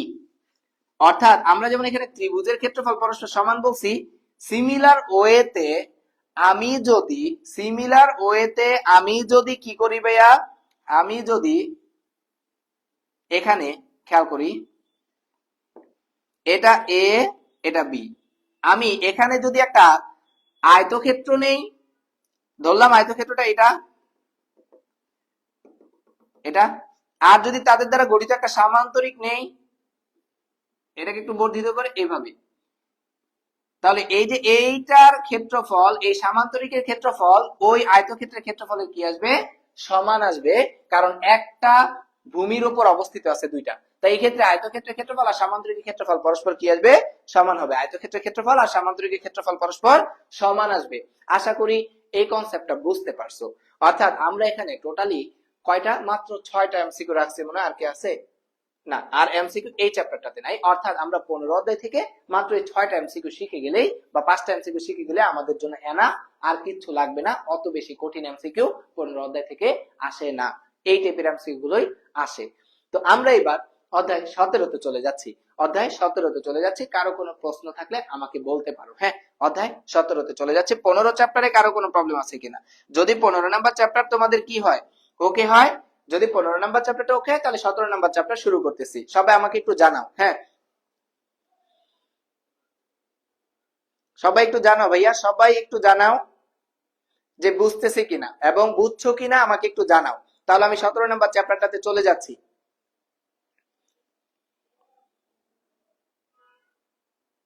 শিক্ষিত স্যার? অপমান করি নাই স্যার, শিক্ষিত স্যার।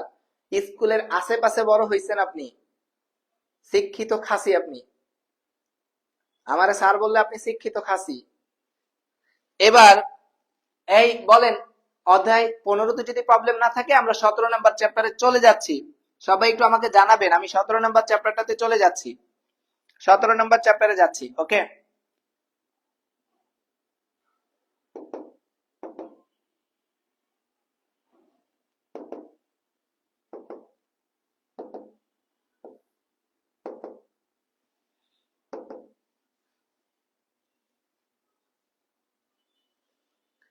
17 নাম্বার চ্যাপ্টার আমরা এসে পড়লাম। হ্যাঁ, 17 নাম্বার চ্যাপ্টার, আমরা 17 নাম্বার চ্যাপ্টারটা শুরু করতেছি। ওকে, খুবই সহজ চ্যাপ্টার। 17 চ্যাপ্টার সবার কাছে খুবই সহজ। সায়েন্স, কমার্স, আর্টস প্রত্যেকটা সাইডের ক্ষেত্রে, প্রত্যেকটা গ্রুপের ক্ষেত্রেই 17 নাম্বার চ্যাপ্টারটা ওদের কাছে একটা কাচ্চি বিরিয়ানি। অর্থাৎ এই চ্যাপ্টারটা পাইলেই মনে যেন শেষ করে ফেলবে, আজকে শেষ করে ফেলবে, মানে ইজি ইজি লাগে। ওকে, হ্যাঁ, 17 নাম্বার চ্যাপ্টারটা খুবই ইজি। সবাই একটু সাথে সাথে উত্তর করে ফেলবা, রেসপন্স দিবা। হ্যাঁ, সবাই একটু রেসপন্স দিবা, সাথে সাথে রেসপন্স করবা। 17 নাম্বার শুরু করতেছি। হ্যাঁ, কনাপু আপনি 17 নাম্বার চ্যাপ্টার যেহেতু রিসেন্ট করছেন, আপনি 17 নাম্বার চ্যাপ্টার গুলোর এমসিকিউ গুলো একটু আপনারা বলবেন। হ্যাঁ, সাথে সাথে আমি এখানে আনার সাথে সাথে আপনারা বলবেন কোন উত্তরটা সঠিক, কোনটা সঠিক, তাহলে আপনার প্রিপারেশনটা হয়ে যাবে। ওকে, আমি শুরু করতেছি। কি বলছে, যে প্রথমটাই আমাদেরকে বলছে অধ্যায় 17 পরিসংখ্যান, অর্থাৎ ঘনসংখ্যা সারণী প্রস্তুত করতে প্রথম এমসিকিউ বলছে। সবাইকে সময় দিলাম। ঘনসংখ্যা সারণী প্রস্তুত করতে হলে প্রথমে কোনটি প্রয়োজন? ঘনসংখ্যা সারণী প্রস্তুত করতে হলে প্রথমে কোনটি প্রয়োজন? দেখি, আমি 1 মিনিট সময় দিলাম, দ্রুত দেখি উত্তর দিতে পারো কিনা সবাই। ঘনসংখ্যা সারণী প্রস্তুত করতে হলে প্রথমে কোনটি প্রয়োজন? সবাই উত্তর দাও দেখি, এটা পারা উচিত। 17 নাম্বার চ্যাপ্টার আমরা মুখে মুখেই করে ফেলি। হ্যাঁ, খুব দ্রুত করে ফেলবো। 17 নাম্বারটা দ্রুত বলো, গণসংখ্যা সারণী প্রস্তুত করতে হলে প্রথমে কোনটি প্রয়োজন? সবাই উত্তর দাও দেখি দ্রুত, সবাই উত্তর দাও দেখি, দ্রুত উত্তর দিবা, দ্রুত দেখি তোমাদের 17 নাম্বার চ্যাপ্টার কতটুকু সহজ লাগে এবং তোমরা কতটুকু পারো।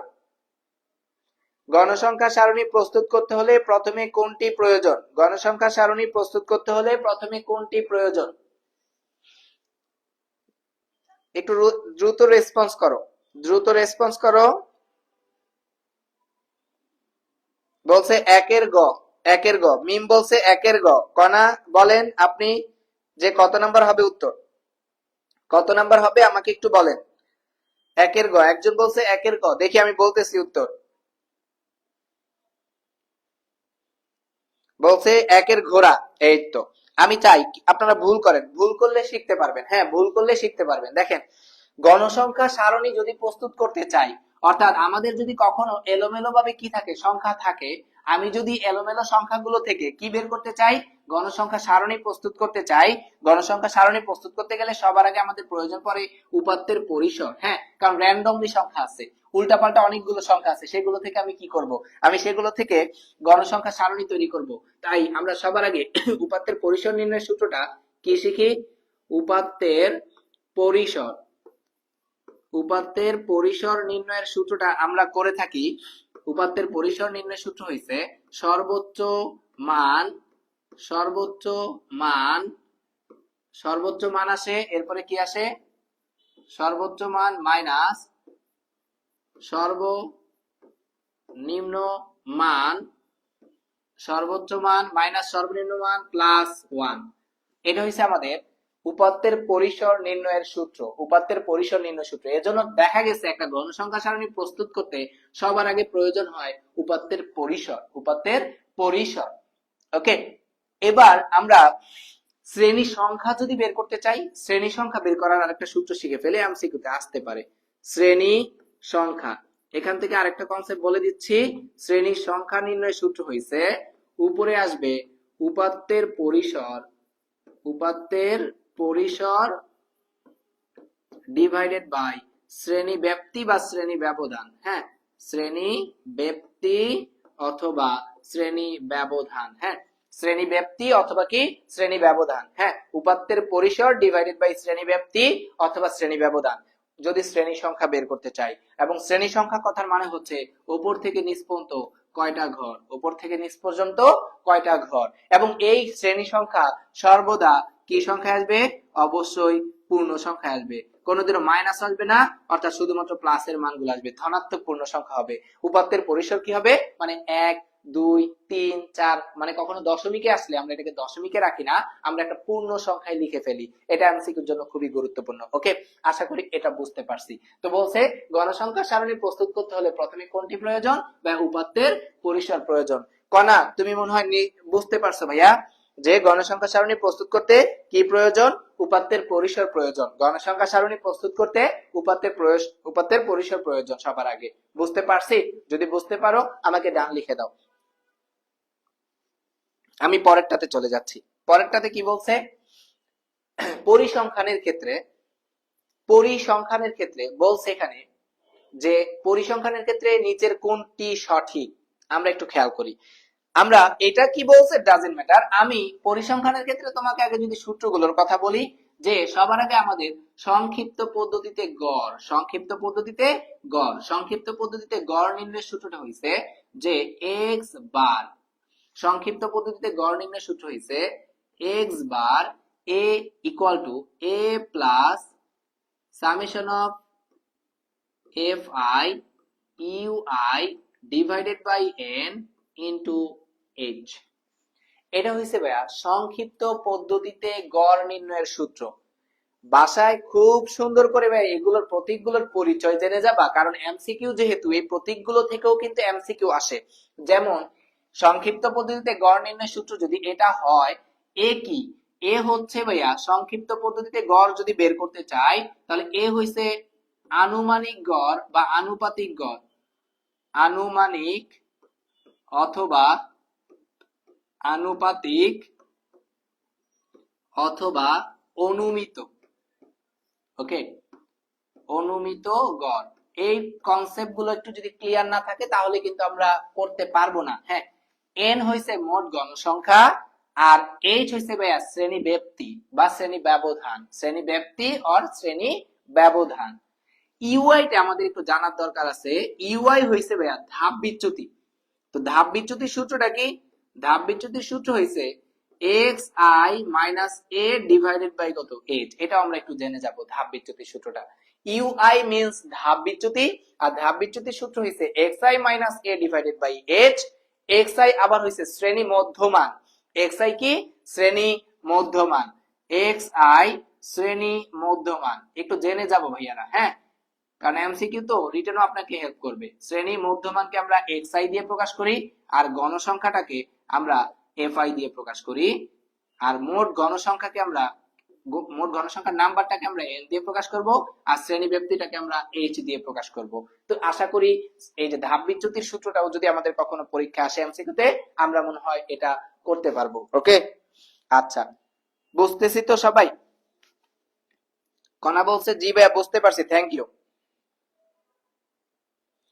2 এর বলছে 1 আর 2, মিম বলছে আচ্ছা দেখি আমরা 1 আর 2 আসে কিনা। অর্থাৎ যদি একটু তাকাই, এটা আমরা সংক্ষিপ্ত পদ্ধতিতে গড়টা পাইলাম। আরেকটা হইছে ভাইয়া মধ্যক, আরেকটা কি? মধ্যকের সূত্র। তো মধ্যকের সূত্রটা হইছে এটা, মধ্যক। মধ্যকের নির্ণয়ের সূত্রটা হইছে L plus n/2 minus fc into h/fm। H by F M. অর্থাৎ আমরা পাইলাম যে মধ্যক নির্ণয় সূত্র L plus N by two minus F C into H by F M, H by F M, এটা হচ্ছে আমাদের মধ্যক নির্ণয় সূত্রটা। তো এরপরে প্রচুরক নির্ণয় সূত্রটা হচ্ছে প্রচুরক L plus F one divided by F one plus F two into H. ভাইয়া সংক্ষিপ্ত পদ্ধতিতে গড় নির্ণয় সূত্র, ধাপ বিচ্যুতির সূত্র, মধ্যক নির্ণয় সূত্র, আর এখানে পাইলাম আমরা প্রচুরক নির্ণয় সূত্র। আরেকটা সূত্র একটু বলে দেই, সেটা হচ্ছে গাণিতিক গড় এক্স বার, সেটা হয়েছে খুবই easy, summation of F I X I divided by N, গাণিতিক গড়। এই টোটালি পরিসংখ্যান থেকে এই সূত্রগুলো দিয়ে এমসিকিউ দিতে পারে। সংক্ষিপ্ত পদ্ধতিতে গড় নির্ণয় সূত্র, ধাপ বিচ্যুতির সূত্র, মধ্যকের সূত্র, প্রচুরকের সূত্র, গাণিতিক গড়ের সূত্র, এই সূত্রগুলো দিয়ে এমসিকিউ তে প্রশ্ন দিয়ে দেয়। তাহলে আমাকে বলছে নিচের কোনটি সঠিক পরিসংখ্যানের ক্ষেত্রে। তো মধ্যক নির্ণয় সূত্র L plus N by two minus F C, এখানে একটা ব্রেকেট হবে, ব্রেকেটটা দেয় নাই, হ্যাঁ, তার মানে L plus N by two minus F C into H by F M, তার মানে প্রথমটা আমাদের ঠিক আছে। এরপরে প্রচুরক নির্ণয় সূত্র বলছে L plus F one by F one plus F two into H, এই যে প্রচুরক নির্ণয় সূত্র ঠিক আছে। আর গাণিতিক গড় নির্ণয় সূত্র বলছে এখানে N plus one by two, but গাণিতিক গড় নির্ণয় সূত্র summation of F I X I divided by N, তার মানে 3 নম্বর অপশন কাটা। অ্যান্সার হইছে 1 আর 2, অ্যান্সার হইছে 1 আর 2। মিম বলছে অ্যান্সার 1 আর 2, থ্যাংক ইউ। মিম বলছে অ্যান্সার 1 আর 2। কোন রেসপন্স করবেন আপনি, আপনি রেসপন্স করবেন, না বুঝলে কিন্তু অবশ্যই প্রশ্ন করবেন। আশা করি বুঝতে পারছি। আমি পরেরটাতে চলে যাচ্ছি। বলছে যোজিত গণসংখ্যা প্রয়োজন। এখানে যোজিত গণসংখ্যা বলতে আসলে ক্রমযোজিত গণসংখ্যাকে বোঝাচ্ছে, হ্যাঁ, কিউমুলেটিভ ফ্রিকোয়েন্সি, কিউমুলেটিভ ফ্রিকোয়েন্সি, অর্থাৎ যোজিত গণসংখ্যা যেই কথা, যোজিত, যোজিত গণসংখ্যা যেই কথা, ক্রমযোজিত গণসংখ্যা কি একই কথা, ক্রমযোজিত গণসংখ্যা সেম কথা। আশা করি বুঝতেছেন, হ্যাঁ, শুধু যোজিত গণসংখ্যা আর ক্রমযোজিত গণসংখ্যা সেম কথা। এটাকে আমরা ইংলিশে বলে থাকি CUMMI, cumulative,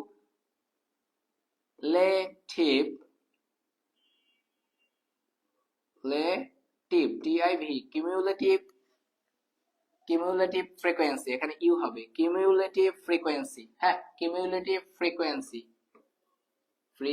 QUENCY, cumulative frequency, ক্রমযোজিত গণসংখ্যা। তো বলছে ক্রমযোজিত গণসংখ্যা প্রয়োজন, ফার্স্টে বলছে গড় নির্ণয়ে। হ্যাঁ ভাইয়া, গড় নির্ণয়ে আমরা ক্রমযোজিত গণসংখ্যা সারণীর কোনো প্রয়োগ পাই নাই। গড় নির্ণয়ে আমরা ক্রমযোজিত গণসংখ্যা সারণীর কোনো প্রয়োগ পাই নাই, আমরা পাইছি মধ্যক নির্ণয়। কারণ মধ্যক নির্ণয় করতে গেলে আমাদের 3টা জিনিস জানা লাগে, 1 শ্রেণীব্যক্তি, 2 গণসংখ্যা, 3 ক্রমযোজিত গণসংখ্যা। তার মানে মধ্যক নির্ণয়ে আমাদের যোজিত গণসংখ্যার প্রয়োজন আছে।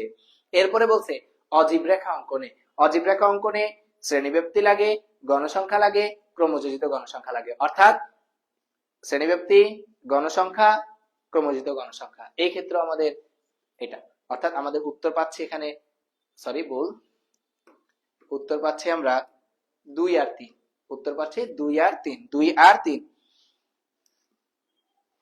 কণা বলতেছে বুঝতেছি ভাইয়া। আচ্ছা, মিম বলছে 3 এর গ, থ্যাংক ইউ। রেসপন্স করবেন যদি বুঝে থাকেন, রেসপন্স করবেন, হ্যাঁ, যারাই দেখতেছেন যদি বুঝে থাকেন মনে হইতেছে তাহলে অবশ্যই রেসপন্স করবেন, ভাল লাগবে, ওকে, কনফিডেন্ট বাড়বে। আমি পরেরটাতে চলে যাচ্ছি। বলছে এই সবগুলো প্রদত্ত উপাত্তের গাণিতিক গড় কত, এই সবগুলো যোগ করলে এই প্রদত্ত উপাত্তের গাণিতিক গড় কত। তো গাণিতিক গড় একদম সহজ, গাণিতিক গড় বাচ্চারাও পারে, ছোট ক্লাসে 5 এ সর্বপ্রথম ছেলেরা গাণিতিক গড় বের করে। গাণিতিক গড় বের করার টেকনিক হইছে যে আমি গড়টাকে x বার দিয়ে প্রকাশ করলাম, আর নিয়ম হচ্ছে খুবই ইজি। এখানে যতগুলো সংখ্যা আছে ভাইয়া, এখানে যতগুলো সংখ্যা আছে, কত আছে, 13 আছে, 19 আছে, 17 আছে, প্লাস 14 আছে, প্লাস 16 আছে, প্লাস 15 আছে, প্লাস 18 আছে, প্লাস 20 আছে। এই সবগুলো সংখ্যা আমি যোগ করছি, 13, 19, 17, তারপরে 14, তারপরে কত আসবে 16, 15, 18, কত 20। এই সবগুলো সংখ্যা যোগ করে যতগুলো সংখ্যা এখানে পাওয়া যায় 1, 2, 3, 4, 5, 6, 7, 8, অর্থাৎ 8 দিয়ে ভাগ। অর্থাৎ সবগুলো সংখ্যাকে যোগ করে যতটা সংখ্যা পাওয়া যাবে ওই সংখ্যাটা দিয়ে কি করব, ভাগ করব। সবগুলো সংখ্যা যোগ করলাম আর যতটা সংখ্যা আছে তা দিয়ে ভাগ করলাম। এখানে যে উত্তরটা হবে সেটা আমাদের অ্যান্সার হবে। আশা করি বুঝতে পারছি। এই ভাগটা মনে হয় করতে পারবো। ওকে, সবাই ভাগটা করে ফেলবেন, উত্তরটা যত আসে। হ্যাঁ, রেসপন্স করবেন, আমার সাথে রেসপন্স করবেন, না পারলে বলবেন অবশ্যই। হ্যাঁ, গাণিতিকগণ আশা করি বুঝতে পারছি। এই একটা এমসিকিউ টাইপ রাখছি এখানে। আমি ম্যাক্সিমামই অর্থাৎ পুরো যে এমসিকিউ প্রসেসটা আমি বলছিলাম, তোমাদেরকে কথা দিয়েছিলাম যে আমি একদম শুরু থেকে শেষ পর্যন্ত আমরা জেনারেল ম্যাথের, হায়ার ম্যাথের আর ইনশাআল্লাহ সামনে হয়তো বা কেমিস্ট্রি নিয়েও আসতেছি। তো আমি কথা দিয়েছিলাম একদম ধারাবাহিক ভাবে কি এমসিকিউ গুলো সলভ করে যাব। এই যে আজকে কিন্তু আমরা জেনারেল ম্যাথ শেষ করতে যাচ্ছি এমসিকিউ। আশা করি এই প্রত্যেকটা পিডিএফ আমি দিয়ে দিতেছি, স্লাইড, ক্লাসের স্লাইডটা প্রত্যেকটা চ্যাপ্টারের পড়ে ফেলবা। এমসিকিউ তুমি বোর্ড পরীক্ষায় বসলেই তুমি বুঝতে পারবা যে আমি আসলে কত শর্টে এমসিকিউটা দিচ্ছি। অর্থাৎ এত শর্ট এখন পর্যন্ত কেউ দিতে পারে নাই, ইনশাআল্লাহ ভবিষ্যতেও দিবে না, একমাত্র আমি ছাড়া। কারণ কি? তার কারণ হচ্ছে আমি খুবই খুবই ম্যাথ নিয়ে যতটা আমি চর্চা করি, অ্যানালাইসিস করি, একটা এমসিকিউ 10 বার করাচ্ছে, মানে 10টা এমসিকিউ একই টাইপের 10টা এমসিকিউ করাচ্ছে একটা এমসিকিউ একবার করাটাই বেটার, তাই না? অর্থাৎ টাইপটা ফলো করা, মান চেঞ্জ করে দেখ, ডাটা চেঞ্জ করে দেখ, কোনো সমস্যা নেই। ওকে, বুঝতেছি সবাই? আচ্ছা, আমরা পরেরটাতে আশরাফুর রহমান বলছে 4-এর খ, জাহান মিম বলছে 4-এর খ। অর্থাৎ সবগুলো যোগ করে মেবি ওরা 8 দিয়ে ভাগ করে এটা পাইছে। তো আমি ওদেরটা বিশ্বাস করলাম। হ্যাঁ, আমি ধরলাম যে ওদের ক্যালকুলেশন এটা আসছে, আমি ক্যালকুলেশন করি নাই, আমি ক্যালকুলেশন করলে যেটা আসবে সেটাই উত্তর হবে। আশা করি বুঝতে পারছি। পরেরটাতে যাচ্ছি। বলছে প্রদত্ত উপাত্তের মধ্যক কোনটি? প্রদত্ত উপাত্ত বলতে এই যে একটু আগে যেই মানগুলা পাইছি ভাইয়া, যেই মানগুলা পাইছি এই মানগুলার মধ্যকটা যদি বের করতে চাই, হ্যাঁ এটা তো গাণিতিক গণ, মধ্যক যদি বের করতে চাই, খেয়াল করি ভাইয়া, মধ্যক বের করার ক্ষেত্রে তোমাকে যেই প্রসেসটা আগে মেনটেন করতে হবে মধ্যক বের করার ক্ষেত্রে, সবার আগে ভাইয়া যেই ডাটাগুলো দিয়ে দিছে প্রথম কাজই হচ্ছে সেই ডাটাগুলোকে শুরু থেকে শেষ পর্যন্ত ক্রমান্বয়ে সাজানো, হয় ঊর্ধ্বক্রমে না অধক্রমে সাজানো।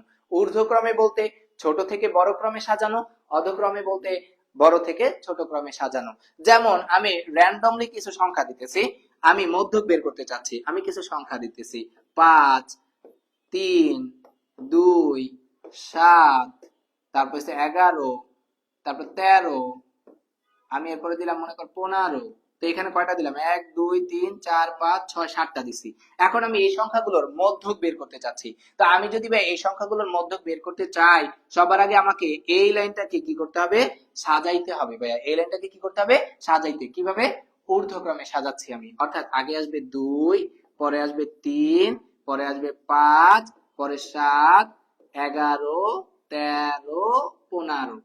এরপর আমরা এদিক থেকে একটা বাদ, এদিক থেকে একটা বাদ, শর্টকাট এমসিকিউর জন্য এদিক থেকে একটা বাদ, এদিক থেকে একটা বাদ, এদিক থেকে একটা বাদ, এদিক থেকে একটা বাদ। তাহলে এদিক থেকে বাদ পড়ছে আমাদের 3টা, এদিক থেকে আমাদের বাদ পড়ছে 3টা। তাহলে মাঝখানে যে নিঃস্ব অসহায়ের মতো পড়ে আছে সে হইছে ভাইয়া মধ্যক। তার মানে এখানে এই সংখ্যাগুলোর, আমি যে সংখ্যাগুলো এখানে দিছি এই সংখ্যাগুলোর মধ্যে হচ্ছে কত? 7। এই সংখ্যাগুলোর মধ্যে হচ্ছে 7।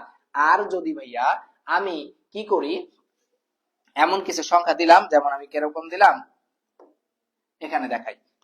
আমি দিলাম এবার 3, 1, 7, 20, 25,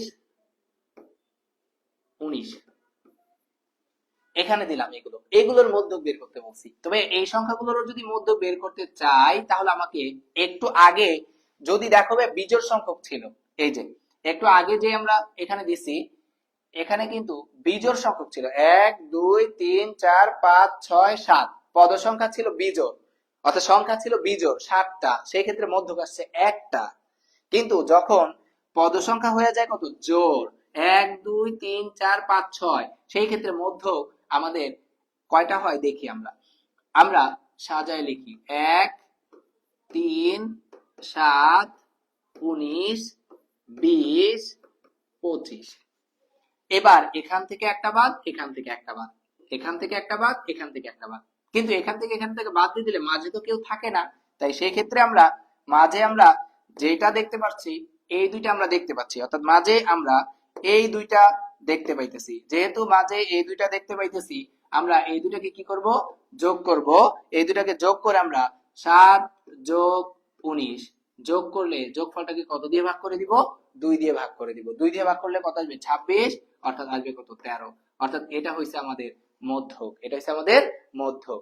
অর্থাৎ জোড়ের ক্ষেত্রে একটা কনসেপ্টে মধ্যক হয়, বিজোড়ের ক্ষেত্রে একটা কনসেপ্টে মধ্যক হয়। তার মানে আমাকে বলছে প্রদত্ত উপাত্তের মধ্যক কোনটি। তো প্রদত্ত উপাত্ত কারা দিয়ে দিছে, অর্থাৎ প্রদত্ত উপাত্ত আমি এখানে দেখতে পাচ্ছি যে প্রদত্ত উপাত্ত বলে দিছে। আমি একটু সাজুগুজু করে যদি লিখি, সবার আগে আসতেছে কত, 13, এরপরে আসতেছে কত, 14, এরপরে আসতেছে কত, 15, এরপরে আসতেছে কত, 16, এরপরে আসতেছে কত, 17, এরপরে 18, এরপরে 19, এরপরে 20। আশা করি মনে হয় ঠিক আছে। দেখি 13, 14, 15, 16, 17, 18, 19, 20। তাহলে এখন দেখি মধ্যক কোনটা। এটা বাদ, এটা বাদ, এটা বাদ, এটা বাদ, এটা বাদ, এটা বাদ। তাহলে এই দুইটাকে যোগ করব, যোগফলটাকে 2 দিয়ে ভাগ করব।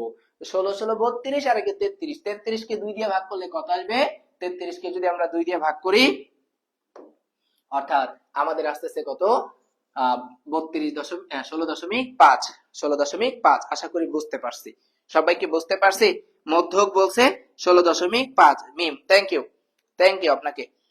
আচ্ছা, পরেরটাতে চলে যাই। পরে কি বলছে, প্রদত্ত উপাত্তের প্রচুরক কোনটি। এই যে আরেকটা এমসিকিউ খুবই গুরুত্বপূর্ণ। হ্যাঁ, প্রচুরক চাইছে ভাইয়া। যদি আমি বলে দেই একটা উপাত্তে এরকম দিয়ে দিছে 5, 7, 9, 11, 5, 10, এখানের প্রচুরক কোনটা ভাই? দেখো প্রত্যেকটাই একবার করে আছে, শুধুমাত্র 5 সংখ্যাটা 2 বার আছে। তাহলে যে গণসংখ্যার ক্ষেত্রে যে সংখ্যাটা একাধিকবার থাকে সেটাই হয় আমাদের কি, প্রচুরক, সেটাই হয় আমাদের প্রচুরক। যদি এখানে আরো 10 থাকতো তাহলে সেক্ষেত্রে আমাদের প্রচুরক হইতো 5 বা 10, কারণ এখানে 5ও আছে 2 বার, 10ও আছে 2 বার। যদি ভাইয়া প্রত্যেকটাই একবার করে থাকে, প্রত্যেকটা সংখ্যাই কি একবার করে থাকে, তাহলে সেই সকল ক্ষেত্রে কোনো প্রচুরক থাকে না, প্রত্যেকটাই একবার করে থাকে। এছাড়া সর্বোচ্চ যতটা থাকে সেটাই হয় তার কি, প্রচুরক নাম্বার। তাহলে এখানে আমাকে দেখা যাচ্ছে যে এই সংখ্যাগুলোর ভিতরে কোনো সংখ্যার রিপিট নাই, অর্থাৎ একাধিকবার আসে নাই। অর্থাৎ আমরা বলতে পারি এই সংখ্যাটার প্রচুরক নাই, কোনোটি নয়, প্রচুরক কোনোটি নয়। আশরাফুর রহমান বলছে যে 6 ঘোড়া। হ্যাঁ ভাইয়া, থ্যাংক ইউ, থ্যাংক ইউ। স্বাধীন বিগ ফ্যান ভাই, আমিও তোর বিগ ফ্যান। বুঝতেছি সবাই, কনা, মিম, আশরাফুর সবাইকে বুঝতেছি। আর স্বাধীন তুই না বুঝলেও বল, তোরও বুঝাই দেই। বুঝতেছি সবাই, বুঝতেছি তো? আচ্ছা, আমরা পরেরটাতে যাই। বলছে উপাত্তগুলোকে সারণীভুক্ত করা হলে, উপাত্তগুলোকে সারণীভুক্ত করা হলে প্রতি শ্রেণীতে যতগুলো উপাত্ত অন্তর্ভুক্ত করা হয় তার নির্দেশক কোনটি, তার নির্দেশক কোনটি? ডিপ প্রশ্ন, একটু চিন্তা করতে হবে। উপাত্তগুলোকে সারণীভুক্ত করছি মানে শ্রেণীতে সাজাইছি, উপাত্তগুলোকে শ্রেণীতে সাজাইছি মানে আমি এই যে ধরলাম এটা বক্স, আমি উপাত্তগুলোকে সারণীতে সাজাইলাম, আমি উপাত্তগুলোকে সারণীতে সাজাইলাম। ওকে, তো বলছে যদি উপাত্তগুলোকে সারণীতে সাজাই, উপাত্তগুলোকে সারণীভুক্ত করা হলে প্রতি শ্রেণী, এক একটা কিন্তু এক একটা শ্রেণী, যতগুলো উপাত্ত থাকে, যেমন আমি বললাম 31 থেকে আমি বললাম, বা 3 থেকে আমি বললাম 10, একটা বললাম আমি, এই যে 3 থেকে 10, এখানে কয়টা উপাদান আছে? 3, 4, 5, 6, 7, 8, 9, 10, তাই না? এরপর আমি বললাম মনে করেন 11 থেকে সামথিং কিছু একটা দিয়ে দিলাম, 11, 11, 12, 13, 14, 15, 16, 17, 18 দিয়ে দিলাম। তো আমি বললাম এখানে আছে 5, এখানে আছে 7। এই যে 3 থেকে 10 পর্যন্ত কয়টা সংখ্যা পাইছি? 5টা। 11 থেকে 18 পর্যন্ত কয়টা সংখ্যা পাইছি? 7টা। তো উপাত্তগুলোকে সারণীভুক্ত করা হলে প্রতি শ্রেণীতে, এগুলো প্রত্যেকটা এক একটা শ্রেণী, প্রত্যেকটা এক একটা শ্রেণী, প্রত্যেকটা এক একটা শ্রেণী, প্রতি শ্রেণীতে যতগুলো উপাত্ত অন্তর্ভুক্ত করা হয় তার নির্দেশক কোনটি? তাহলে এই সকল সংখ্যাগুলোকে আমরা কিন্তু কি বলেছি? গণসংখ্যা। আমরা মনে করছি তার নির্দেশক কোনটি? গণসংখ্যা। তার নির্দেশক কোনটি? গণসংখ্যা। সাতের ক বলছে কে? সাতের ক বলছে উপাত্তগুলোকে সারণীভুক্ত করা হলে প্রতি শ্রেণীতে যতগুলো উপাত্ত অন্তর্ভুক্ত করা হয় তার নির্দেশক কোনটি? কি বলছে? মিম বলছে শ্রেণী সীমা। মিম বলছে শ্রেণী সীমা না, শ্রেণী সীমা হবে না। হ্যাঁ মিম, শ্রেণী সীমা হবে না, গণসংখ্যা হবে। কারণ উপাত্তগুলোকে যখন সারণীভুক্ত করছি তাহলে প্রতি শ্রেণীতে যতগুলো উপাত্তকে আমরা অন্তর্ভুক্ত করতেছি তার নির্দেশককে আমরা বলতেছি গণসংখ্যা। তার নির্দেশককে বলতেছি গণসংখ্যা। কণা বলছে 6-4। Thank you. আচ্ছা মিম, আপনি কি আপনার ভুলটা ধরতে পারছেন? ভাইয়া প্রচুরক মানে প্রচুর খেতে হবে। হ্যাঁ তুই খা, বৈশা বৈশা, তুই বিছানায় শুইয়া বৈশা খা। বানাইতেছস তো জলহস্তির মতো একটা প্যাট, জলহস্তির মতো প্যাট বানাইতেছস, গোপাল গাড়ের মতো হইতেছে। কয়দিন পর তো কবি আসছে গোপাল যাচ্ছে গোপাল, এমনি হাদিস।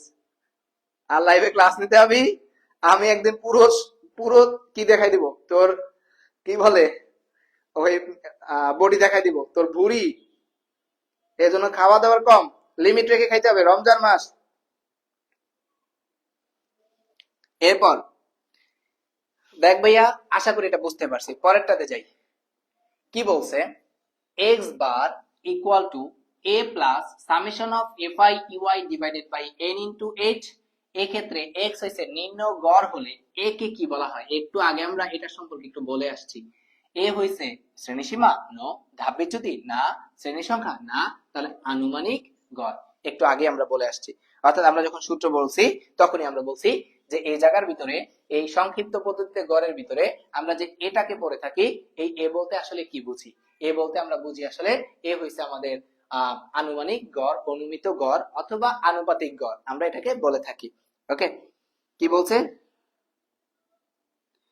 স্বাধীন ওকে কি আর অপমান করব? ও তো অপমান সামনে আরো হবে, কারণ ছেলে তো লাইভে আসতেছে, ওকে তো আমরা আরো অপমান করব, এখনো বাকি আছে। আমি শুধু সবুর করতেছি, ওর পেটটা কবে যে ব্লাস্ট হয় আল্লাহ মাবুদ জানে। ও খাইতে খাইতে ওর নিজের ফ্যাট রে বানাইতেছে জলহস্তির মতো। মাথা কয়দিন পরে এতটুকু হয়ে যাবো, ফ্যাট হয়ে যাবে এত বড়, ওই গোপাল ভাঁড় যেভাবে হাঁটে, বুঝছিস?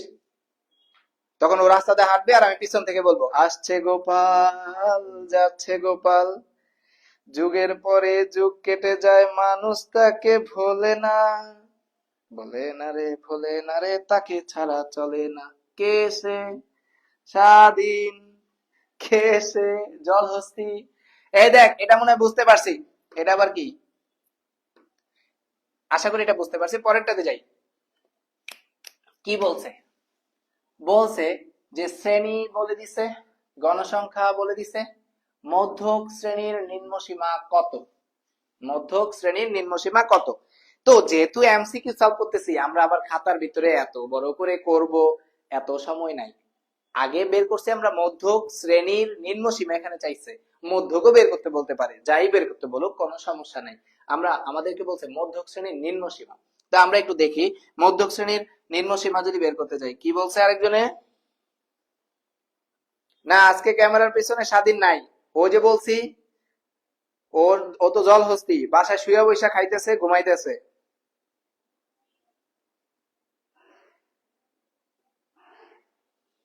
আচ্ছা পরে দেখি আমরা, পরে কি বলছে যে মধ্যক শ্রেণীর নিম্নসীমা কত। তো মধ্যক শ্রেণীর নিম্নসীমা যদি বের করতে চাই, প্রথম কাজ হচ্ছে তোমার কিচ্ছু করার দরকার নাই, শ্রেণী সাজানো দেওয়া আছে, তোমার কাজ হচ্ছে এটাকে আরেকটা গড় করে ফেলা। এই যে আরেকটা গড় যেমনি আছে আমি সেমনি গড় করে ফেলতেছি। নিয়ম হচ্ছে এখানে কত 5, তাই করে 5 লিখবো, এই কোনাকুনি যোগ করব, এই সংখ্যা আর এই সংখ্যা যোগ করে ফেলতেছি। 5 আর 15 যোগ করলে 20, 20 আর 10 যোগ করলে 30, 30 আর 20 যোগ করলে কত 50। তাহলে সবার আগে এখানে আমরা টোটাল যদি গণসংখ্যা হিসাব করি, টোটাল ঘনসংখ্যাটাকে হিসাব করে ফেলবো। টোটাল গণসংখ্যা আছে কত 50, হিসাব করে দেখবা এই যে সবগুলো যোগ করলে শেষে যেটা আসে সেটাই কি টোটাল গণসংখ্যা, এই সবগুলো যোগ করলে এটাই পাবা, দেখবা 50। এরপরে মধ্যক শ্রেণী নিম্ন সীমা বের করার প্রয়োজনে আগে n/2 বের করতে হয়, অর্থাৎ 50 কে আমি কত দিয়ে ভাগ করছি? 2 দিয়ে। তো 50 কে যদি 2 দিয়ে ভাগ করি তাহলে উত্তর হয় কত? 25।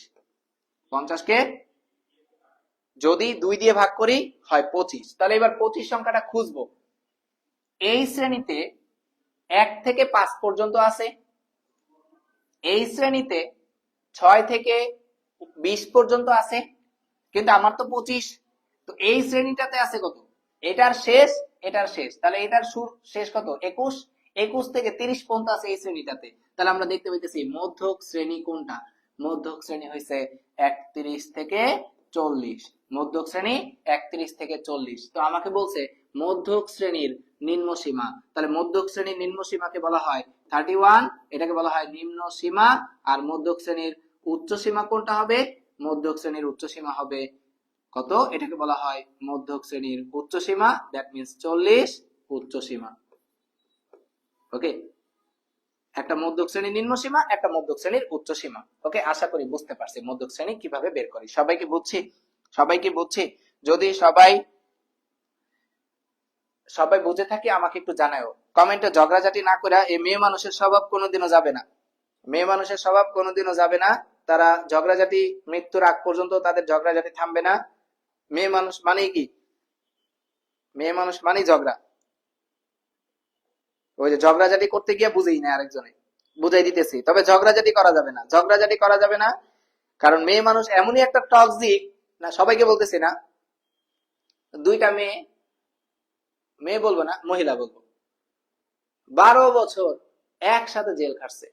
একসাথে জেল খাইটা তো 12 বছর তো একসাথে ছিল।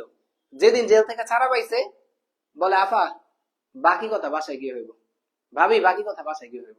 তো 12 বছর কি কথা বললি? এই মেয়ে মানুষ একসাথে থাকলে যেমন কথা শেষ হয় না তাদের, তেমনি মেয়ে মানুষ কমেন্টে এসেও ঝগড়াঝাটি তাদের শেষ হয় না, মানে ঝগড়া থাকবেই ওদের। মানে মেয়ে নাম শুনলেই মনে যেন ঝগড়া। এই যে ঝগড়া করতেছে, ঝগড়া করবি কেন? ঝগড়া করবি কেন? ম্যাথ করবি, ম্যাথ করবি, ম্যাথ করার বয়সে ঝগড়া করলে রেজাল্ট তো খারাপ করবি ওই। আচ্ছা আরেকবার বুঝাই দিতেছি, দেখ কি বলছে, যে আমি বলছি সবার আগে কাজ হচ্ছে মধ্যক শ্রেণীর নিম্ন সীমা যদি বের করতে চাই, গণসংখ্যা প্রথম করে যা থাকবে তাই লিখে ফেলবো, এরপর কোনাকুনি যোগ করে ফেলবো। 5 এর সাথে 15 যোগ করলে 20, 20 এর সাথে আবার 10 যোগ করলে কত? 30, 30 এর সাথে 20 যোগ করলে কত? 50।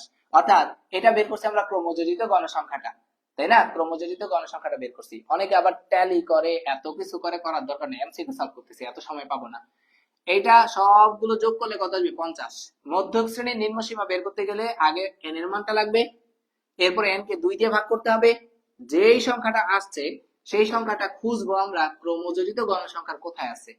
তো প্রথম ঘরে আছে 1 থেকে 5, দ্বিতীয় ঘরে আছে 6 থেকে 20, তৃতীয় ঘরে আছে 21 থেকে 30। তাহলে 25 এর অবস্থান 21 থেকে 30 এই ঘরের মধ্যে। তাহলে সেই ক্ষেত্রে আমরা দেখতে পাইতেছি এই মানটা কোথায় কাজ করতেছে? 31 থেকে 40 ঘরের ভিতরে। তার মানে এটা হচ্ছে আমাদের মধ্যক শ্রেণী। বলছে আমাকে মধ্যক শ্রেণীর নিম্ন সীমা। তো মধ্যক শ্রেণীর নিম্ন সীমা, মধ্যক শ্রেণীর নিম্ন সীমা 31। মধ্যক শ্রেণীর নিম্ন সীমা 31। মধ্যক শ্রেণীর নিম্ন সীমা 31। এই বুঝতে পারতেছি? আপনারা কি বুঝতে পারতেছেন? ঝগড়াঝাটি থামাইছেন? আচ্ছা, ঝগড়াঝাটি না করলে ভালো, সামনে পরীক্ষা, এখন পরীক্ষার কথা চিন্তা করি। দেখেন বুঝতে পারছি কিনা? বুঝতে পারছি নিশ্চয় সবাই। পরেরটাতে চলে যাই। কি বলছে? প্রচুরক শ্রেণীর উচ্চ সীমা কত? প্রচুরক শ্রেণীর উচ্চ সীমা কত? আচ্ছা, কখনো যদি এখানে বলছে প্রচুরক শ্রেণীর উচ্চ সীমা, তো প্রচুরক শ্রেণীর উচ্চ সীমা বের করার টেকনিকটা কি? এই জায়গার ভিতরে এই যে দুইটা বক্স দিয়ে দিছিল, একটাতে আছে গণসংখ্যা 5, এখানে আছে 15, এখানে আছে 10, এখানে আছে 20। আমরা জানি প্রচুরক হচ্ছে যেই শ্রেণীতে ঘনসংখ্যা সবচেয়ে বেশি থাকে। প্রচুরক কি? যেই শ্রেণীতে ঘনসংখ্যা সবচেয়ে বেশি থাকে। তাহলে গণসংখ্যা বেশি আছে কততে? 20-এ। তো যেহেতু গণসংখ্যা বেশি 20-এ, তাহলে এই শ্রেণীটা হচ্ছে আমাদের কি শ্রেণী? প্রচুরক শ্রেণী। এই শ্রেণীটা আমাদের কি? প্রচুরক শ্রেণী। তো বলছে প্রচুরক শ্রেণীর 41 থেকে 50। তো বলছে প্রচুরক শ্রেণীর উচ্চ সীমা কত? তো 41 থেকে 50 পাইছি আমরা প্রচুরক শ্রেণীটা। আমাকে বলছে প্রচুরক শ্রেণীর উচ্চ সীমা, তাহলে প্রচুরক শ্রেণীর উচ্চ সীমা কত পাইলাম? 50। প্রচুরক শ্রেণীর নিম্ন সীমা কত? 41। এখানে একটা কথা আর একটু শিখায় রাখি, হ্যাঁ, কখনো যদি বলে প্রকৃত নিম্ন সীমা, আরেকটা বললো প্রকৃত উচ্চ সীমা, এই এমসিকিউটা যদি আসে কিভাবে এমসিকিউতে আমরা সলভ করব? আরেকটা আছে শ্রেণী মধ্যমান, এই তিনটা ধরলাম আমি এই শ্রেণীটারই কি বের করতেছি, প্রকৃত নিম্ন সীমা বের করব, প্রকৃত উচ্চ সীমা বের করব, শ্রেণী মধ্যমান বের করব, এই শ্রেণীটা। তাহলে 41 থেকে কত? 50। প্রকৃত নিম্ন সীমা হচ্ছে এদিক দিয়ে 0.5 কমাই দিব, অর্থাৎ 40.5। শর্টকাট, যে শ্রেণী দিয়ে দেখ ওই শ্রেণীর প্রকৃত নিম্ন সীমা যদি বের করতে চাই তাহলে 0.5 এদিক দিয়ে কমাই দিব। 41 তো 41 থেকে 0.5 কমাই দিলে 40.5। আর প্রকৃত উচ্চ সীমা হচ্ছে এদিক দিয়ে 0.5 বাড়াই দিব, অর্থাৎ 50.5। 50.5 একদিক দিয়ে 0.5 কমাই দিব আর একদিক দিয়ে 0.5 বাড়াই দিব। আর শ্রেণী মধ্যমান হচ্ছে, এই শ্রেণীর মধ্যমান বলতে বোঝাচ্ছে এই শ্রেণীর নিম্ন সীমা এই শ্রেণীর উচ্চ সীমা যোগ করব, 2 দিয়ে ভাগ করব। আশা করি তিনটা কনসেপ্ট বুঝতে পারছি। আবারও বলতেছি, এই শ্রেণীর মধ্যমান যদি বের করতে চাই, এই শ্রেণীর নিম্ন সীমা প্লাস এই শ্রেণীর উচ্চ সীমা ডিভাইডেড বাই 2। স্বাধীন কি বলছে? ভাইয়া ওইটা বুঝি নাই। তোমার ওইটা বোঝা লাগবে না, তুমি অ্যাডমিশনের প্রিপারেশন নাও বাসায় বইসা বইসা, তোমার এটা লাগবে না, তুমি এগুলো পার করে আইসা পড়ছো, তুমি বাসায় বসে খাও খাও খাও। এরপর আমরা পরেরটাতে যাচ্ছি। উপস্থাপিত উপাত্তের মধ্যক কত, যেটা দিয়ে দিছিল সেটার মধ্যক বের করতে বলছে। এই যে এই শ্রেণীটার মধ্যক বের করতে বলছে। একটা এমসিকিউ থেকে কতগুলো এমসিকিউ সলভ করতেছি, তাই না? তাহলে আমাকে বলছে এই শ্রেণীটার কি বের করতে বলছে? মধ্যক কত। তো মধ্যক যদি বের করতে চাই এই শ্রেণীটার, আমি একটু এগুলো আরেকটু ক্লিয়ার করে ফেলতেছি। এই শ্রেণীটার যদি মধ্যক বের করতে চাই, তাহলে আমাদের প্রথম কাজই হচ্ছে যে n এর মান বের করা, n/2 বের করে ফেলছিলাম, নিম্ন সীমা বের করে ফেলছি, অর্থাৎ মধ্যক শ্রেণীটা বের করে ফেলছিলাম। মধ্যক শ্রেণীটা 41 থেকে কত? 31 থেকে কত? 40। তাহলে মধ্যকের আমরা সূত্র মনে পড়ছি, মধ্যকের সূত্রটা কি পড়ছি আমরা এখানে করলাম। মধ্যকের সূত্র পড়ছি যে L plus n/2 minus fc into h/fm। তো মধ্যক যদি এটা হয় তার ফার্স্টে মধ্যক শ্রেণী বের করছি। মধ্যক শ্রেণী কত? 31 থেকে 40। L মানে হইছে মধ্যক শ্রেণীর নিম্ন সীমা, দ্যাট মিন্স 31 প্লাস n/2 মানে পাইছি কত? 25 মাইনাস fc মানে হইছে মধ্যক শ্রেণী বরাবর ক্রমযোজিত গণসংখ্যার ঘরে যাব, মধ্যক শ্রেণী বরাবর ক্রমযোজিত গণসংখ্যার ঘরে গিয়ে তার আগের সংখ্যাটাকে বলা হয় fc। মধ্যক শ্রেণী বরাবর ক্রমযোজিত গণসংখ্যার ঘরে যাব, মধ্যক শ্রেণী বরাবর ক্রমযোজিত গণসংখ্যার ঘরে আসলাম, সেইখান থেকে তার আগের মানটাকে আমরা বলে থাকি fc এর মান। ওকে, তার মানে 20। মনে রাখবা সবসময় এই মানটা থেকে এই মানটা ছোট হয়, ইনটু h এর মান হচ্ছে ভাইয়া শ্রেণী ব্যাপ্তি। h এর মান কি? শ্রেণী ব্যাপ্তি। তাহলে শ্রেণী ব্যাপ্তি হইছে 31 থেকে 40 পর্যন্ত। 31, 32, 33, 34, 35, 36, 37, 38, 39, 40, অর্থাৎ শ্রেণী ব্যাপ্তি কত? 10। এখানে আরেকটা জিনিস শিখায় রাখি, কখনো যদি 1 থেকে 10, 10 থেকে 20 এরকম থাকে, 20 থেকে 30, তাহলে কিন্তু সেই ক্ষেত্রে 1 থেকে 10 পর্যন্ত যদি গণি, 1 2 3 4 5 6 7 8 9 10, তাই না? কত আসছে এখানে?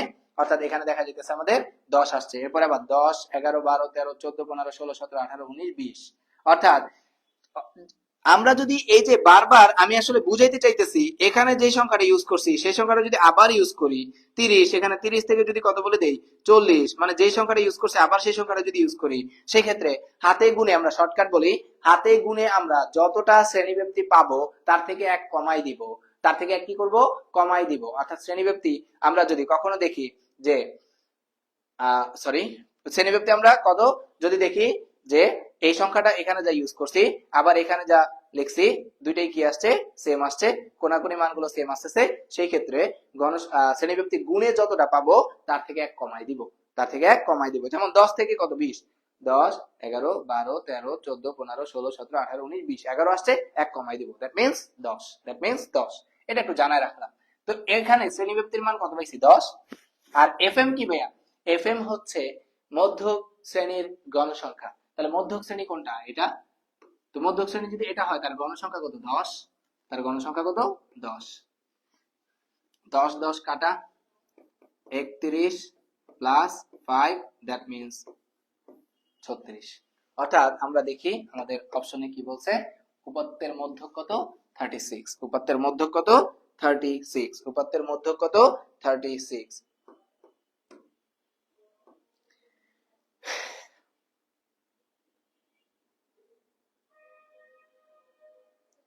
হাই হাই হাই হাই রে, বলছে কি মজা ইকুয়াল টু ঝগড়া। তোমরা মজা করো, কমেন্টে এসব মজা করো না, বাদ দাও মিম। এ মিম নাকি বেড়া মানুষ?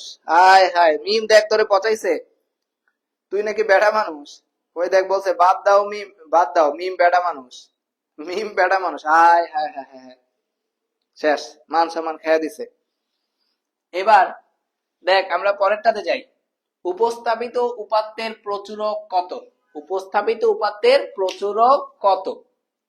তো প্রচুরক নির্ণয়ের সূত্র হচ্ছে, প্রচুরক নির্ণয়ের সূত্র আমরা দেখ একটা শ্রেণী থেকে কতগুলো মান পাইছি, অর্থাৎ L plus f1 by f1 plus f2 into h। তো আমরা অলরেডি প্রচুরক শ্রেণী কোনটা পাইছি, প্রচুরক শ্রেণী পাইছি আমরা এই যে প্রচুরক শ্রেণী এটা ছিল, সবচেয়ে বেশি গণসংখ্যা এই ঘরে ছিল, তাই প্রচুরক শ্রেণী ছিল 41 থেকে 50। প্রচুরক শ্রেণী কত, 41 থেকে 50, তার মানে এল এর মান পাইছি 41, মাঝে প্লাস। এবার আমরা দেখি f1 কি আর f2 কি। হ্যাঁ, f1 হচ্ছে যে f1 হচ্ছে ভাইয়া প্রচুরক শ্রেণীর ঘনসংখ্যা থেকে আগের গণসংখ্যা বিয়োগ। f1 কি, প্রচুরক শ্রেণীর গণসংখ্যা থেকে আগের গণসংখ্যাটা বিয়োগ করব, দ্যাট মিন্স 20 থেকে 10 বাদ 10।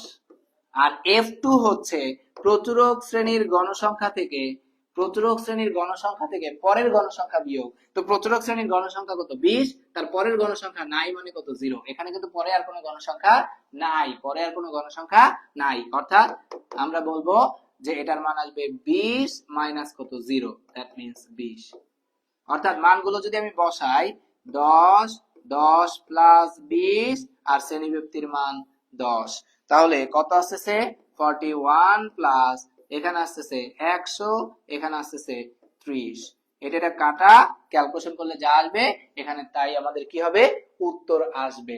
অর্থাৎ যদি আমরা খেয়াল করি উত্তর মনে হয় 44.33 আসবে, 44.33। অর্থাৎ এখানে আসবে 41, এখানে আসবে 3.33, দ্যাট মিন্স 44.33। অর্থাৎ আমাদের উত্তর 44.33। এই বুঝতেছিস, সবাই কি বুঝতেছিস? পরেরটা দেখ কি বলছে, অজীব রেখার ক্ষেত্রে নিচের কোনটি সঠিক? অজীব রেখার ক্ষেত্রে নিচের কোনটি সঠিক? মনে রাখবি ভাইয়া, এটা অনেক বেশি ইম্পর্টেন্ট এমসিকিউ, এটা অনেকবার আসতে দেখা গেছে পরীক্ষায়, যে অজীব রেখার ক্ষেত্রে নিচের কোনটি সঠিক, অজীব রেখার ক্ষেত্রে নিচের কোনটি সঠিক। ভাইয়া অজীব রেখা সব সময়, যেহেতু অজীব রেখাতে লাগে কি শ্রেণীব্যক্তি, এরপর লাগে কি গণসংখ্যা, এরপর লাগে কি ক্রমযোজিত গণসংখ্যা।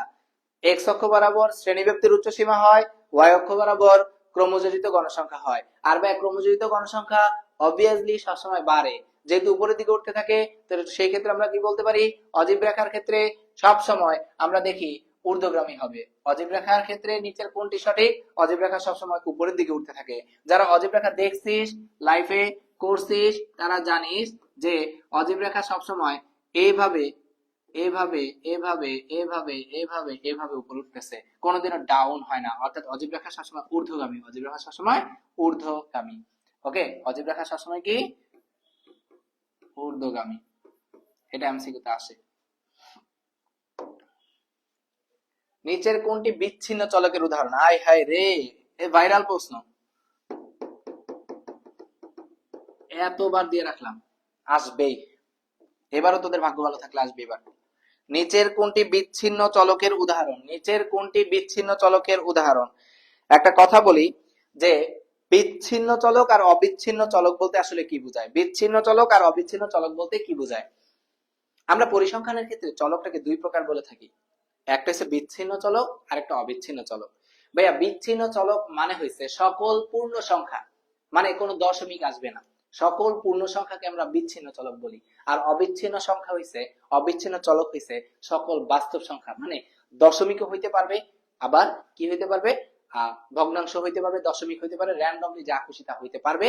কিন্তু বিচ্ছিন্ন চলক সবসময় পূর্ণ সংখ্যা, এটা কোনোদিনও দশমিকে হয় না, কোনোদিনও দশমিকে হয় না। যেমন আমি বললাম বিচ্ছিন্ন চলক হইছে মানুষের সংখ্যা, জনসংখ্যা, পাখির সংখ্যা, এগুলোকে বলা হয় কি বিচ্ছিন্ন চলক, কারণ এগুলোকে দশমিকে কনভার্ট করা যায় না। যেমন বলবো না আমরা 5.5 জন মানুষ, মানে 10 জন মানুষ আছে আর একটা পিচ্ছি বাচ্চা আছে, আমরা তারা বলবো যে 10.5 জন মানুষ না, 10 জন 11 জন মানুষ, ওই পিচ্ছিটাও একটা ধরবো আমরা, ওই ছোট্ট মানুষটাকে আমরা কয়টা ধরবো? একটা ধরবো। তাই এগুলো কি নিচের কোনটি বিচ্ছিন্ন চলক? তো কখনো যদি আমাকে বিচ্ছিন্ন চলক বলে, বিচ্ছিন্ন চলক, তাহলে সেই ক্ষেত্রে আমরা কাকে কাকে বললাম? এক, জনসংখ্যা, 2 পাখির সংখ্যা, পাখির সংখ্যা, 3 যেগুলো পূর্ণ সংখ্যায় হয়। হ্যাঁ, জনসংখ্যা, পাখির সংখ্যা, মানুষের সংখ্যা, কুত্তার সংখ্যা, বিড়ালের সংখ্যা, মানে যাই বলো যেগুলো পূর্ণ সংখ্যায় হয়, হ্যাঁ যেগুলো পূর্ণ সংখ্যা হয় সেগুলো হয় কি বিচ্ছিন্ন চলক। আর অবিচ্ছিন্ন চলক বলতে আসলে বুঝি অবিচ্ছিন্ন, অবিচ্ছিন্ন চলক বলতে আসলে কাদেরকে বলে ভাইয়া? আমরা সবচেয়ে বেশি ইউজ করি বয়স, কারণ ভাইয়া বয়সকে আমরা বলতে পারি 5 বছর 3 মাস, 5 বছর 6 মাস, অর্থাৎ দশমিকে কনভার্ট করা যায়। হ্যাঁ, বয়স 2 নাম্বার, ওজন 3 নাম্বার, উচ্চতা, ওকে, বয়স, ওজন, উচ্চতা, আর এখানে আবার মার্বেলের সংখ্যা আসতে পারে। হ্যাঁ, আর এগুলো কি বয়স, ওজন, উচ্চতা, এগুলোকে দশমিকে কনভার্ট করা যায়, দশমিকে কনভার্ট করা যায়, তাই এগুলো কি অবিচ্ছিন্ন চলক। তো বলছে নিচের কোনটি বিচ্ছিন্ন চলকের উদাহরণ? আশা করি তুই বুঝছিস নিচের কোনটি বিচ্ছিন্ন চলকের উদাহরণ। নিচের কোনটি বিচ্ছিন্ন চলকের উদাহরণ, তারপরে আমরা অলরেডি বুঝে ফেলছি বিচ্ছিন্ন চলক হচ্ছে আমাদের এগুলো, অবিচ্ছিন্ন চলক হচ্ছে এগুলো। এমসিকিউতে আসি, এই যে নিচের কোনটি অবিচ্ছিন্ন চলক, দেখি আমরা। ভাইয়া বলছে ক্রমযোজিত গণসংখ্যা কোনোদিনও অবিচ্ছিন্ন চলক হবে না। এরপরে কি বলছে? শ্রেণী সংখ্যা কোনোদিনও অবিচ্ছিন্ন মানে চলক হবে না, এগুলো পূর্ণ সংখ্যা হয়, অর্থাৎ এটাও পূর্ণ সংখ্যা, একটা বিচ্ছিন্ন চলক, গণসংখ্যা একটা বিচ্ছিন্ন চলক, ক্রমযোজিত গণসংখ্যা একটা বিচ্ছিন্ন চলক, শ্রেণী ব্যবধান এটাও একটা কি চলক? বিচ্ছিন্ন চলক। তার মানে ওটার পাশাপাশি আমরা বিচ্ছিন্ন চলক আরো কিছু পাইলাম, যে বিচ্ছিন্ন চলক আরো পাইছি যেগুলো পূর্ণ সংখ্যা হয়, যেগুলো দশমিকে হবে না। এক, শ্রেণী ব্যবধান বা ব্যাপ্তি, শ্রেণী ব্যবধান আর কি ব্যাপ্তি। 2 নাম্বার কি পাইলাম? শ্রেণী সংখ্যা। 3 নাম্বার কি পাইলাম? গণসংখ্যা অথবা ক্রমযোজিত গণসংখ্যা এবং ক্রমযোজিত গণসংখ্যা, ক্রমযোজিত গণসংখ্যা। ওকে, অর্থাৎ ক্রমযোজিত গণসংখ্যা কি সংখ্যা? ক্রমযোজিত গণসংখ্যা আমরা বিচ্ছিন্ন চলকের ভিতরে রাখলাম, শুধুমাত্র শ্রেণী মধ্যমান আমাদের কি দশমিকে আইসা পড়ে, সেই ক্ষেত্রে আমরা বলে থাকি বিচ্ছিন্ন চলক কোনটা? আমাদের শ্রেণী মধ্যমান। বিচ্ছিন্ন চলক আমাদের কোনটা? শ্রেণী মধ্যমান। বিচ্ছিন্ন চলক আমাদের কোনটা? শ্রেণী মধ্যমান। 15 ক, থ্যাংক ইউ। ওকে, বুঝতে পারতেছি সবাই? বুঝতে পারতেছি। এরপরে কি বলছে, যদি উপাত্তের সংখ্যা n হয় এবং n যদি বিজোড় সংখ্যা হয়, উপাত্তের সংখ্যা বলছে কত, n, মানে n নাম্বার, আর n যদি কি হয়, বিজোড় সংখ্যা হয়, তাহলে মধ্যক হবে কোন পদের মান? তো ভাইয়া কখনো যদি n বিজোড় হয়, খেয়াল করেন, যদি n বিজোড় হয়, বিজোড় হয়, তাহলে মধ্যক হবে, মধ্যক হবে বিজোড়ের সাথে 1 যোগ করে তাকে 2 দিয়ে ভাগ করলে এততম পদ। হ্যাঁ, বিজোড় হইলে তার সাথে 1 যোগ করে 2 দিয়ে ভাগ করলে যেটা আসে তততম পদের মান হয় কি, মধ্যক। আর যদি কি হয়, n জোড় হয়, n জোড় হলে মধ্যক হবে জোড়কে 2 দিয়ে ভাগ এততম পদ ও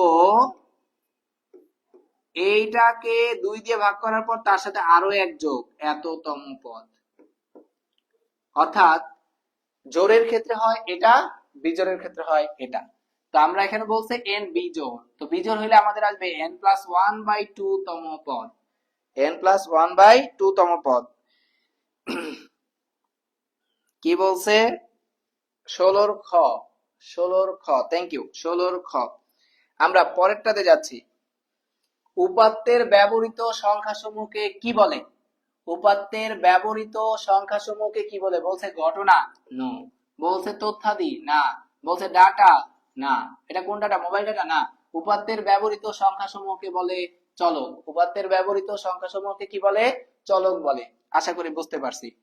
চলক দুই প্রকার, বিচ্ছিন্ন চলক, অবিচ্ছিন্ন চলক। বিচ্ছিন্ন চলক, অবিচ্ছিন্ন চলক। উপাত্ত দুই প্রকার, বিন্যস্ত উপাত্ত, অবিন্যস্ত উপাত্ত, অথবা প্রত্যক্ষ উপাত্ত, পরোক্ষ উপাত্ত। প্রত্যক্ষ উপাত্ত, পরোক্ষ উপাত্ত। ওকে, জেনে থাকি। কি বলছে, 1 হতে 22 পর্যন্ত, কি বলছে দেখি, 1 হতে 22 পর্যন্ত স্বাভাবিক সংখ্যার মধ্যে 3 দ্বারা বিভাজ্য সংখ্যাগুলোর মধ্যে কোনটি? 1 হতে 22 পর্যন্ত স্বাভাবিক সংখ্যার মধ্যে 3 দ্বারা বিভাজ্য। তা আমি আগে 1 হতে 22 পর্যন্ত সংখ্যা যদি লিখি, এভাবে দেখতে পাবো 3 দ্বারা বিভাজ্য। 1 থেকে 22 পর্যন্ত 3 দ্বারা বিভাজ্য সংখ্যা হইছে 3 এর নামতা পড়া। কত? 3, 6, 9, 12, 15, 18, 21 আর 9। অর্থাৎ 3 দ্বারা বিভাজ্য সংখ্যাগুলোর মধ্যক। তাহলে পাইছি কয়টা? 1টা, 2টা, 3টা, 4টা, 5টা, 6টা, 7টা বিজোড়। এদিক থেকে একটা বাদ, এদিক থেকে একটা বাদ। 2টা, 2টা, 3টা, 3টা। তাহলে মাঝখানে থাকে কি? 12। তাহলে আমাদের মধ্যক কোনটি? 12। মধ্যক কোনটি? 12। মধ্যক 12। আশা করি সবাই বুঝতেছি, আশা করি সবাই বুঝতেছি। পরিসংখ্যান পানির মতো ইজি। হাই হাই, শেষ। তো একটা কথা বলে রাখি ভাইয়া, যে এখান থেকে একটা এমসিকিউ দেয় নাই, এখানে উঠায় নাই, বা যে বোর্ড পরীক্ষার প্রশ্ন অ্যানালাইসিস করছে এগুলোতে পায় নাই। আমি তাও বলে দিচ্ছি, এই এমসিকিউটা সবচেয়ে বেশি আসা প্রশ্ন এমসিকিউ। সেটা কি? কেন্দ্রীয় প্রবণতার পরিমাপক। হ্যাঁ, কেন্দ্রীয় প্রবণতার পরিমাপক। কেন্দ্রীয় প্রবণতার পরিমাপক। ওকে, পরিমাপক। তো কেন্দ্রীয় প্রবণতার পরিমাপক কয়টি? কেন্দ্রীয় প্রবণতার পরিমাপক 3টি। কেন্দ্রীয় প্রবণতার পরিমাপক 3টি, যথা আমরা একটু এই 3টার নাম জেনে ফেলি। 1 নাম্বার গাণিতিক গড় বা শুধু গড়। হ্যাঁ। 2 নাম্বার মধ্যক। 3 নাম্বার প্রচুরক। 3 নাম্বার প্রচুরক। তো এগুলো এমসিকিউর জন্য খুবই গুরুত্বপূর্ণ। কেন্দ্রীয় প্রবণতা কি? আমরা যখন উপাত্তগুলোকে মানের ক্রমানুসারে সাজাই, তখন দেখা গেছে, বা অবিন্যস্ত থাকলে তখন বিন্যস্ত করি, তখন দেখা গেছে গড় বের করি আমরা, মধ্যক বের করি, আর প্রচুরক বের করি। যেটাই বের করি না কেন, দেখবেন মাঝামাঝি কোন একটা মানের দিকে গণসংখ্যার প্রাচুর্য দেখা যায়, গণসংখ্যার প্রাচুর্য দেখা যায়, অথবা মাঝামাঝি কোন মানের দিকে কি হইতেছে, মধ্যক প্রচুরক সেগুলো মানগুলো ঝুঁকে পড়তেছে। তো যখন কোন মাঝামাঝি মানের দিকে ঝুঁকে পড়ে বা ঝুঁকে পড়ার যে প্রবণতাটা, সেই প্রবণতাটাকে আমরা কি বলতেছি? কেন্দ্রীয় প্রবণতা বলতেছি। তো দ্যাট মিন্স কেন্দ্রীয় প্রবণতার পরিমাপক কয়টি? তিনটি, গাণিতিক গড় বা গড়, মধ্যক, আর একটা কি প্রচুরক। তো দেখা গেছে এই টাইপের এমসিকিউটা দিতে পারে। ওকে, দিতে পারে। কারো কি কোনো প্রবলেম আছে আজকের ক্লাস নিয়ে পোলাপাইন? কারো কোনো সমস্যা আছে? অর্থাৎ আজকে থেকে আমরা সাধারণ গণিতের এমসিকিউ ক্লাসটা কিন্তু শেষ করে ফেললাম। আমার যতটুকু মনে পড়ে আমি 17টা চ্যাপ্টারের কি করছি? এমসিকিউ সলভ করাইছি। আমি একদিন এই পুরোটা 17টার একটা পিডিএফ আমি আমার ফেসবুক পেজে দিয়ে দিব। ওকে, তো কারো যদি কোনো প্রবলেম থাকে ইনবক্সে জানাইলেও হবে অথবা কমেন্টে জানাইলেও হবে, অবশ্যই সমাধান করে দেওয়া হবে। কারো কি কোনো প্রবলেম আছে? এখনো যেহেতু আমি আছি, কারো কোনো প্রবলেম থাকলে বলতে পারেন, কারো কোনো কিছু জানার থাকলে বলতে পারেন। ওকে, যদি কারো কোনো দুঃখ, কষ্ট, ব্যথা, বেদনা থাকে আমাকে মন খুলে বলতে পারেন। তবে হ্যাঁ, অবশ্যই ম্যাথ রিলেটেড। ওকে, কারো কোনো দুঃখ, কষ্ট, ব্যথা, বেদনা কি আছে ম্যাথ নিয়ে? থাকলে আমাকে জানাইতে পারেন। কারো কোনো দুঃখ, কষ্ট, ব্যথা, বেদনা আছে? নাই? সবাই সুখী? সবাই সুখী, তাতে আলহামদুলিল্লাহ, শুকরিয়া আল্লাহর কাছে, সবাই সুখী। চিন্তিত পোলা পাইন? কারো কোনো দুঃখ, কষ্ট, ব্যথা, বেদনা আছে?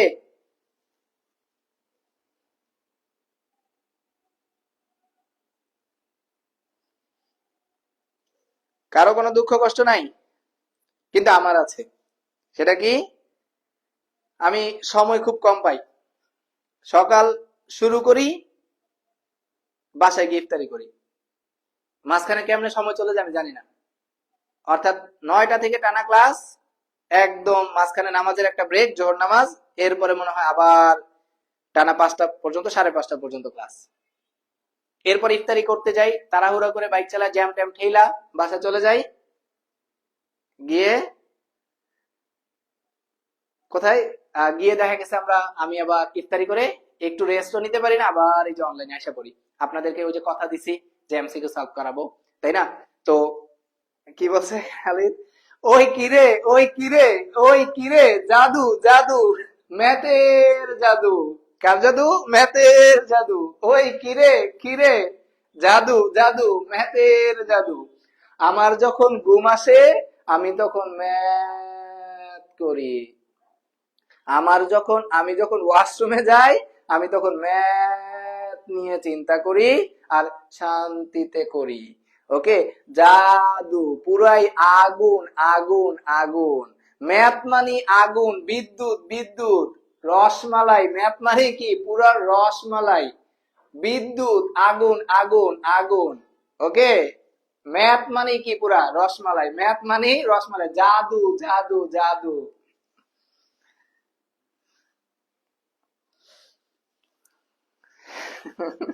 মধুনা ম্যাথের জাদু, মধুনা ম্যাথের জাদু, ম্যাথের জাদু।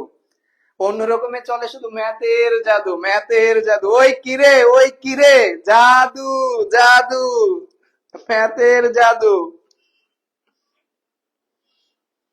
ওই যে উনি কিন্তু, রনি ভাই কিন্তু আমারই, দেখ চেহারা টোন সবকিছু কিন্তু মিলে, মানে আমারই মেলায় হারিয়ে যাওয়া ভাই, মেলায় হারিয়ে যাওয়া ভাই।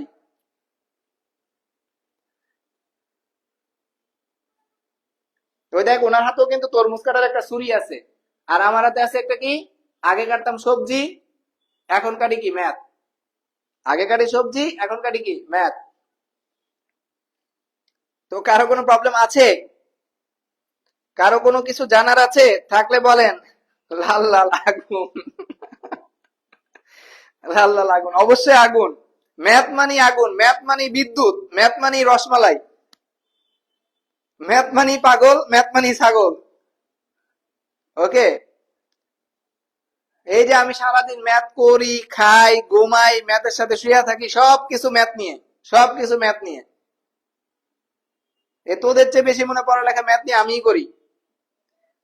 তোদের কি আর কোনো জানার আছে? আজকে লাস্ট ক্লাস, আজকে যেহেতু পরিসংখ্যানের লাস্ট ক্লাস, কারো কোনো কিছু জানার থাকলে বলতে পারিস। আমরা এরপরে হায়ার ম্যাথে ধারাবাহিকভাবে সলভ করাবো। ধারাবাহিকভাবে হায়ার ম্যাথ, উচ্চতর গণিতের এমসিকিউ সলভ করাবো। এরপরে ধারাবাহিকভাবে আমরা কেমিস্ট্রির কারো কোনো প্রবলেম থাকলে বলতে পারেন। আছে আছে আছে, ভাই লোক কারো কোনো প্রবলেম আছে?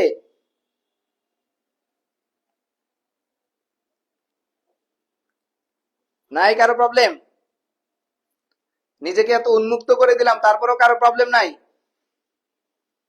কি বলছে আপনি বিয়ে করবেন কবে এটা জানতে চাই? তোর মুখে থুতু, তুই একটা এনজি, এই যে তুই এটা এনজি, তুই এনজি, অথবা তুই এটা। এগুলো ভাববে না কেউ, এগুলো গালি দিতেছি, এগুলো অন্য রকমের কোড। এনজি মানে নারীর জি, আর এমসি মানে মস্কোবিয়াম, কেমিস্ট্রির মস্কোবিয়াম।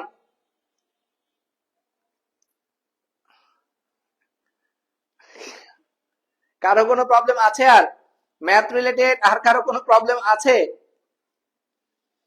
এই শর্টকাট নিয়ে যে কি ভেজালে পড়ছি, বাবু রে বাবু।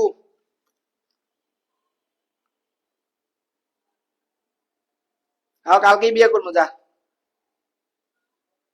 আর কারো কোনো প্রবলেম নাই? আছে কারো প্রবলেম?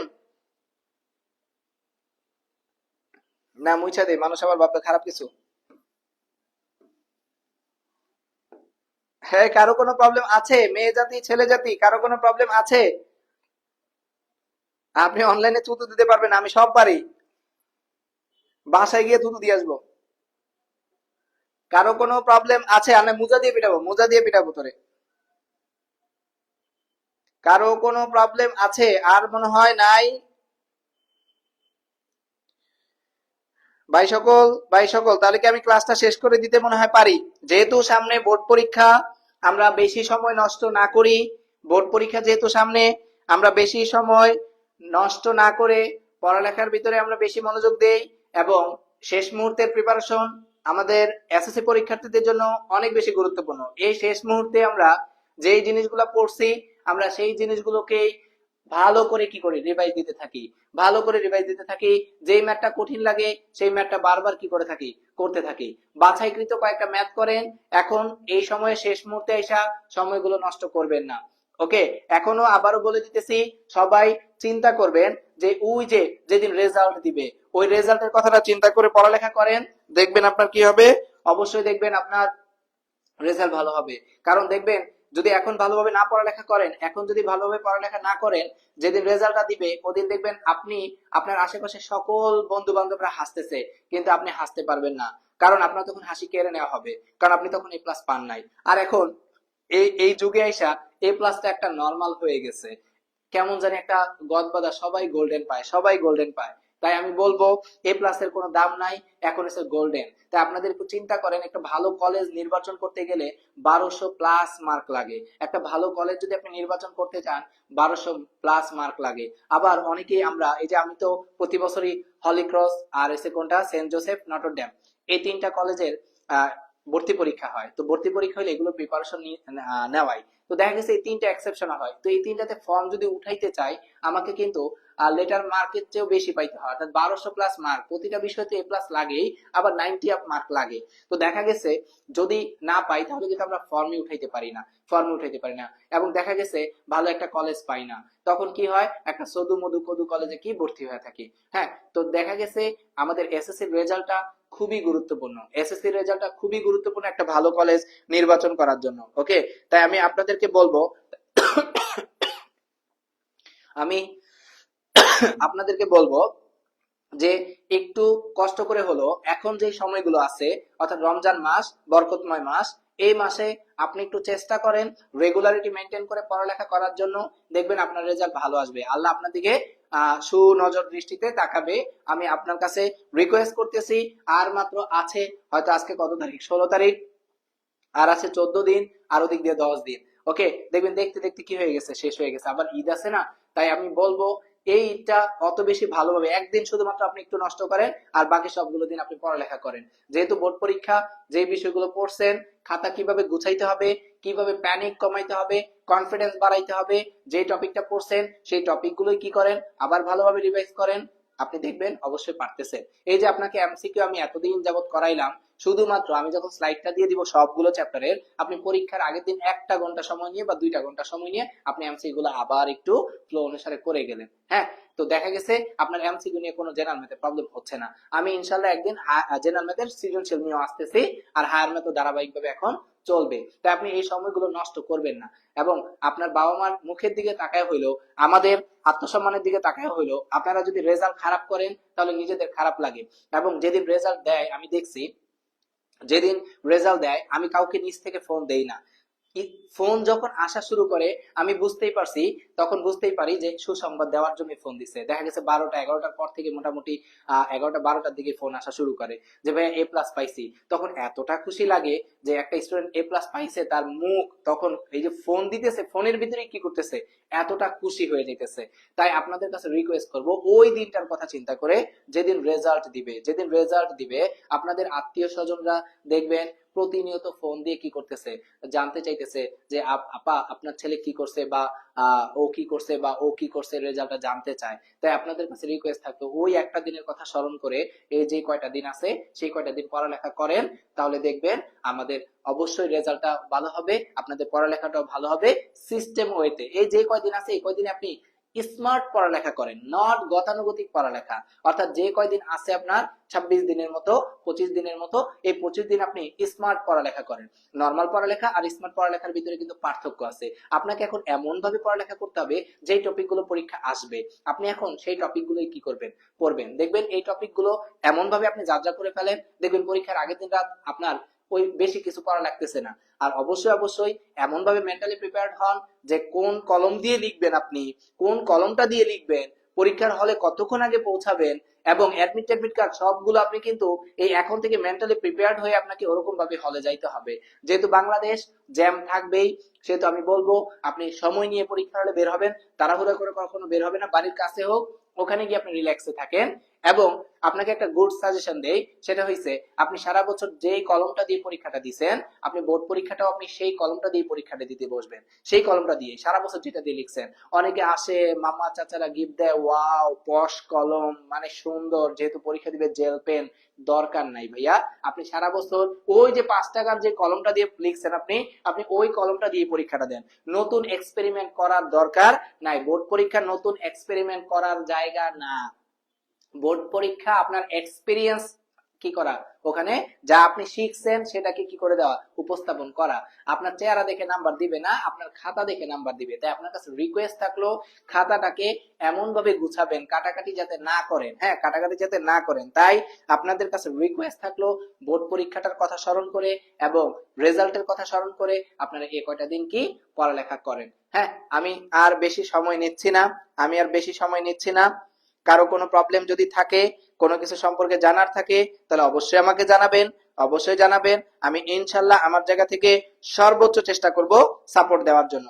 আমি যেহেতু অনলাইনে আসছি, অনলাইনে সারা বছর অফলাইনে পড়াইছি, অফলাইনে পড়াইতে গেলে একটা মজা লাগে, স্টুডেন্টদের চেহারাগুলো দেখতে পারি, একটা হাসি মুখগুলো দেখতে পারি, কিন্তু অফলাইনে তো এটা পারি না। তবে আপনারা যদি কমেন্ট করে পাশে থাকেন যে এই যে ভাই বুঝতেছি, তখন ভাল লাগে। হয়তো কমেন্টে হয়তো এই যে আমি একটু মজা করি, যেটাই করি একটু বিনোদনের জন্য, হ্যাঁ চেষ্টা করি। হয়তো বা এই যে পুরোটা 17 নাম্বার চ্যাপ্টার পর্যন্ত আমরা সলভ করাইছি, কাউকে হয়তো মনে কষ্ট দিয়ে কথা বলছি, যদি কখনো দিয়ে থাকিও, আমার মনে হয় দিছি, কারণ আমি অবশ্যই একটু উল্টাপাল্টা কথা বলি, কষ্ট দিয়ে থাকি, থুতু মারি, মোজা দিয়ে পিটাই। কেউ মনে কষ্ট নিবেন না, আমার জন্য দোয়া করবেন। ইনশাল্লাহ অবশ্যই ভালো কিছু হবে, যেগুলো করছেন সেগুলোর মাধ্যমে ভালো কিছু হবে, আমি আপনাদের জন্য দোয়া করি। জেনারেল ম্যাথের এমসিকিউ নিয়ে তো আর দেখা হচ্ছে না। যদি কারো জেনারেল ম্যাথের এমসিকিউ নিয়ে কখনো কোনো প্রবলেম থাকে, তাহলে অবশ্যই আমাকে পার্সোনালি ইনবক্স করতে পারেন অথবা কমেন্টে জানাইতে পারেন। ওকে, আমরা শেষ করে দিচ্ছি। সবার কাছে রিকোয়েস্ট থাকলো সময়গুলো নষ্ট না করি। ওকে, আচ্ছা, আমাদের পরবর্তী ক্লাস আমরা যে টপিকগুলো নিয়ে আসতেছি ধারাবাহিকভাবে, আমাদের সেই টপিকগুলো যদি আপনি সম্পর্কে জানতে চান, তাহলে আমাদের অন্যরকমের যে মূল পেজ, সেই পেজটাকে কি করেন, ফলো করেন, বেশি শেয়ার করেন, লাইক করেন, কমেন্ট করেন। এটা আপনাদের কাছে রিকোয়েস্ট থাকলো। আপনাদের মাধ্যমে আমরা উপরে উঠবো, আপনাদের মাধ্যমেই আমরা সম্মানিত হব, আপনাদের রেজাল্ট ভালো, আমরা সম্মানিত। আপনারা লাইক কমেন্ট শেয়ার করতেছেন, আমাদের পেজটা উপরে উঠবে। তাই এটা আপনাদের কাছে আমার কি থাকলো, একটা রিকোয়েস্ট থাকলো, আপনাদের কাছে রিকোয়েস্ট থাকলো। আর অবশ্যই যেটা আমরা প্রায় সময় বলে থাকি যে ভুলবেন না, আমরা কিন্তু অন্যরকম পরিবার। নিজেরা যেমন স্বপ্ন দেখি, আমরা অন্যদেরকে স্বপ্ন দেখাইতে উৎসাহিত করি। অর্থাৎ আমরা নিজেরা স্বপ্ন দেখি, স্বপ্ন দেখাই, স্বপ্ন দেখি, স্বপ্ন দেখাই। আর অবশ্যই লাস্ট যে ম্যাথের আমাদের মোটো, আমার যে ম্যাথের মোটো, যে একটি ম্যাথ কেবল একটি ম্যাথকেই শেখায়, কিন্তু বেসিক হাজারো ম্যাথকে আত্মস্থ করায়। আমাদের ম্যাথের যে উদ্দেশ্য, যে ম্যাথের ভয় করব জয়, এই আমাদের প্রত্যয়। ম্যাথের ভয় করব জয়, এই আমাদের প্রত্যয়। অর্থাৎ এই স্লোগানটি দিয়ে আমি আমার ক্লাসটি শেষ করতেছি। ইনশাল্লাহ দেখা হবে আমাদের পরবর্তী কোনো এক ক্লাসে। ততদিন পর্যন্ত সবাই সুস্থ থাকি, ভালো থাকি। আল্লাহ হাফেজ। Thank you.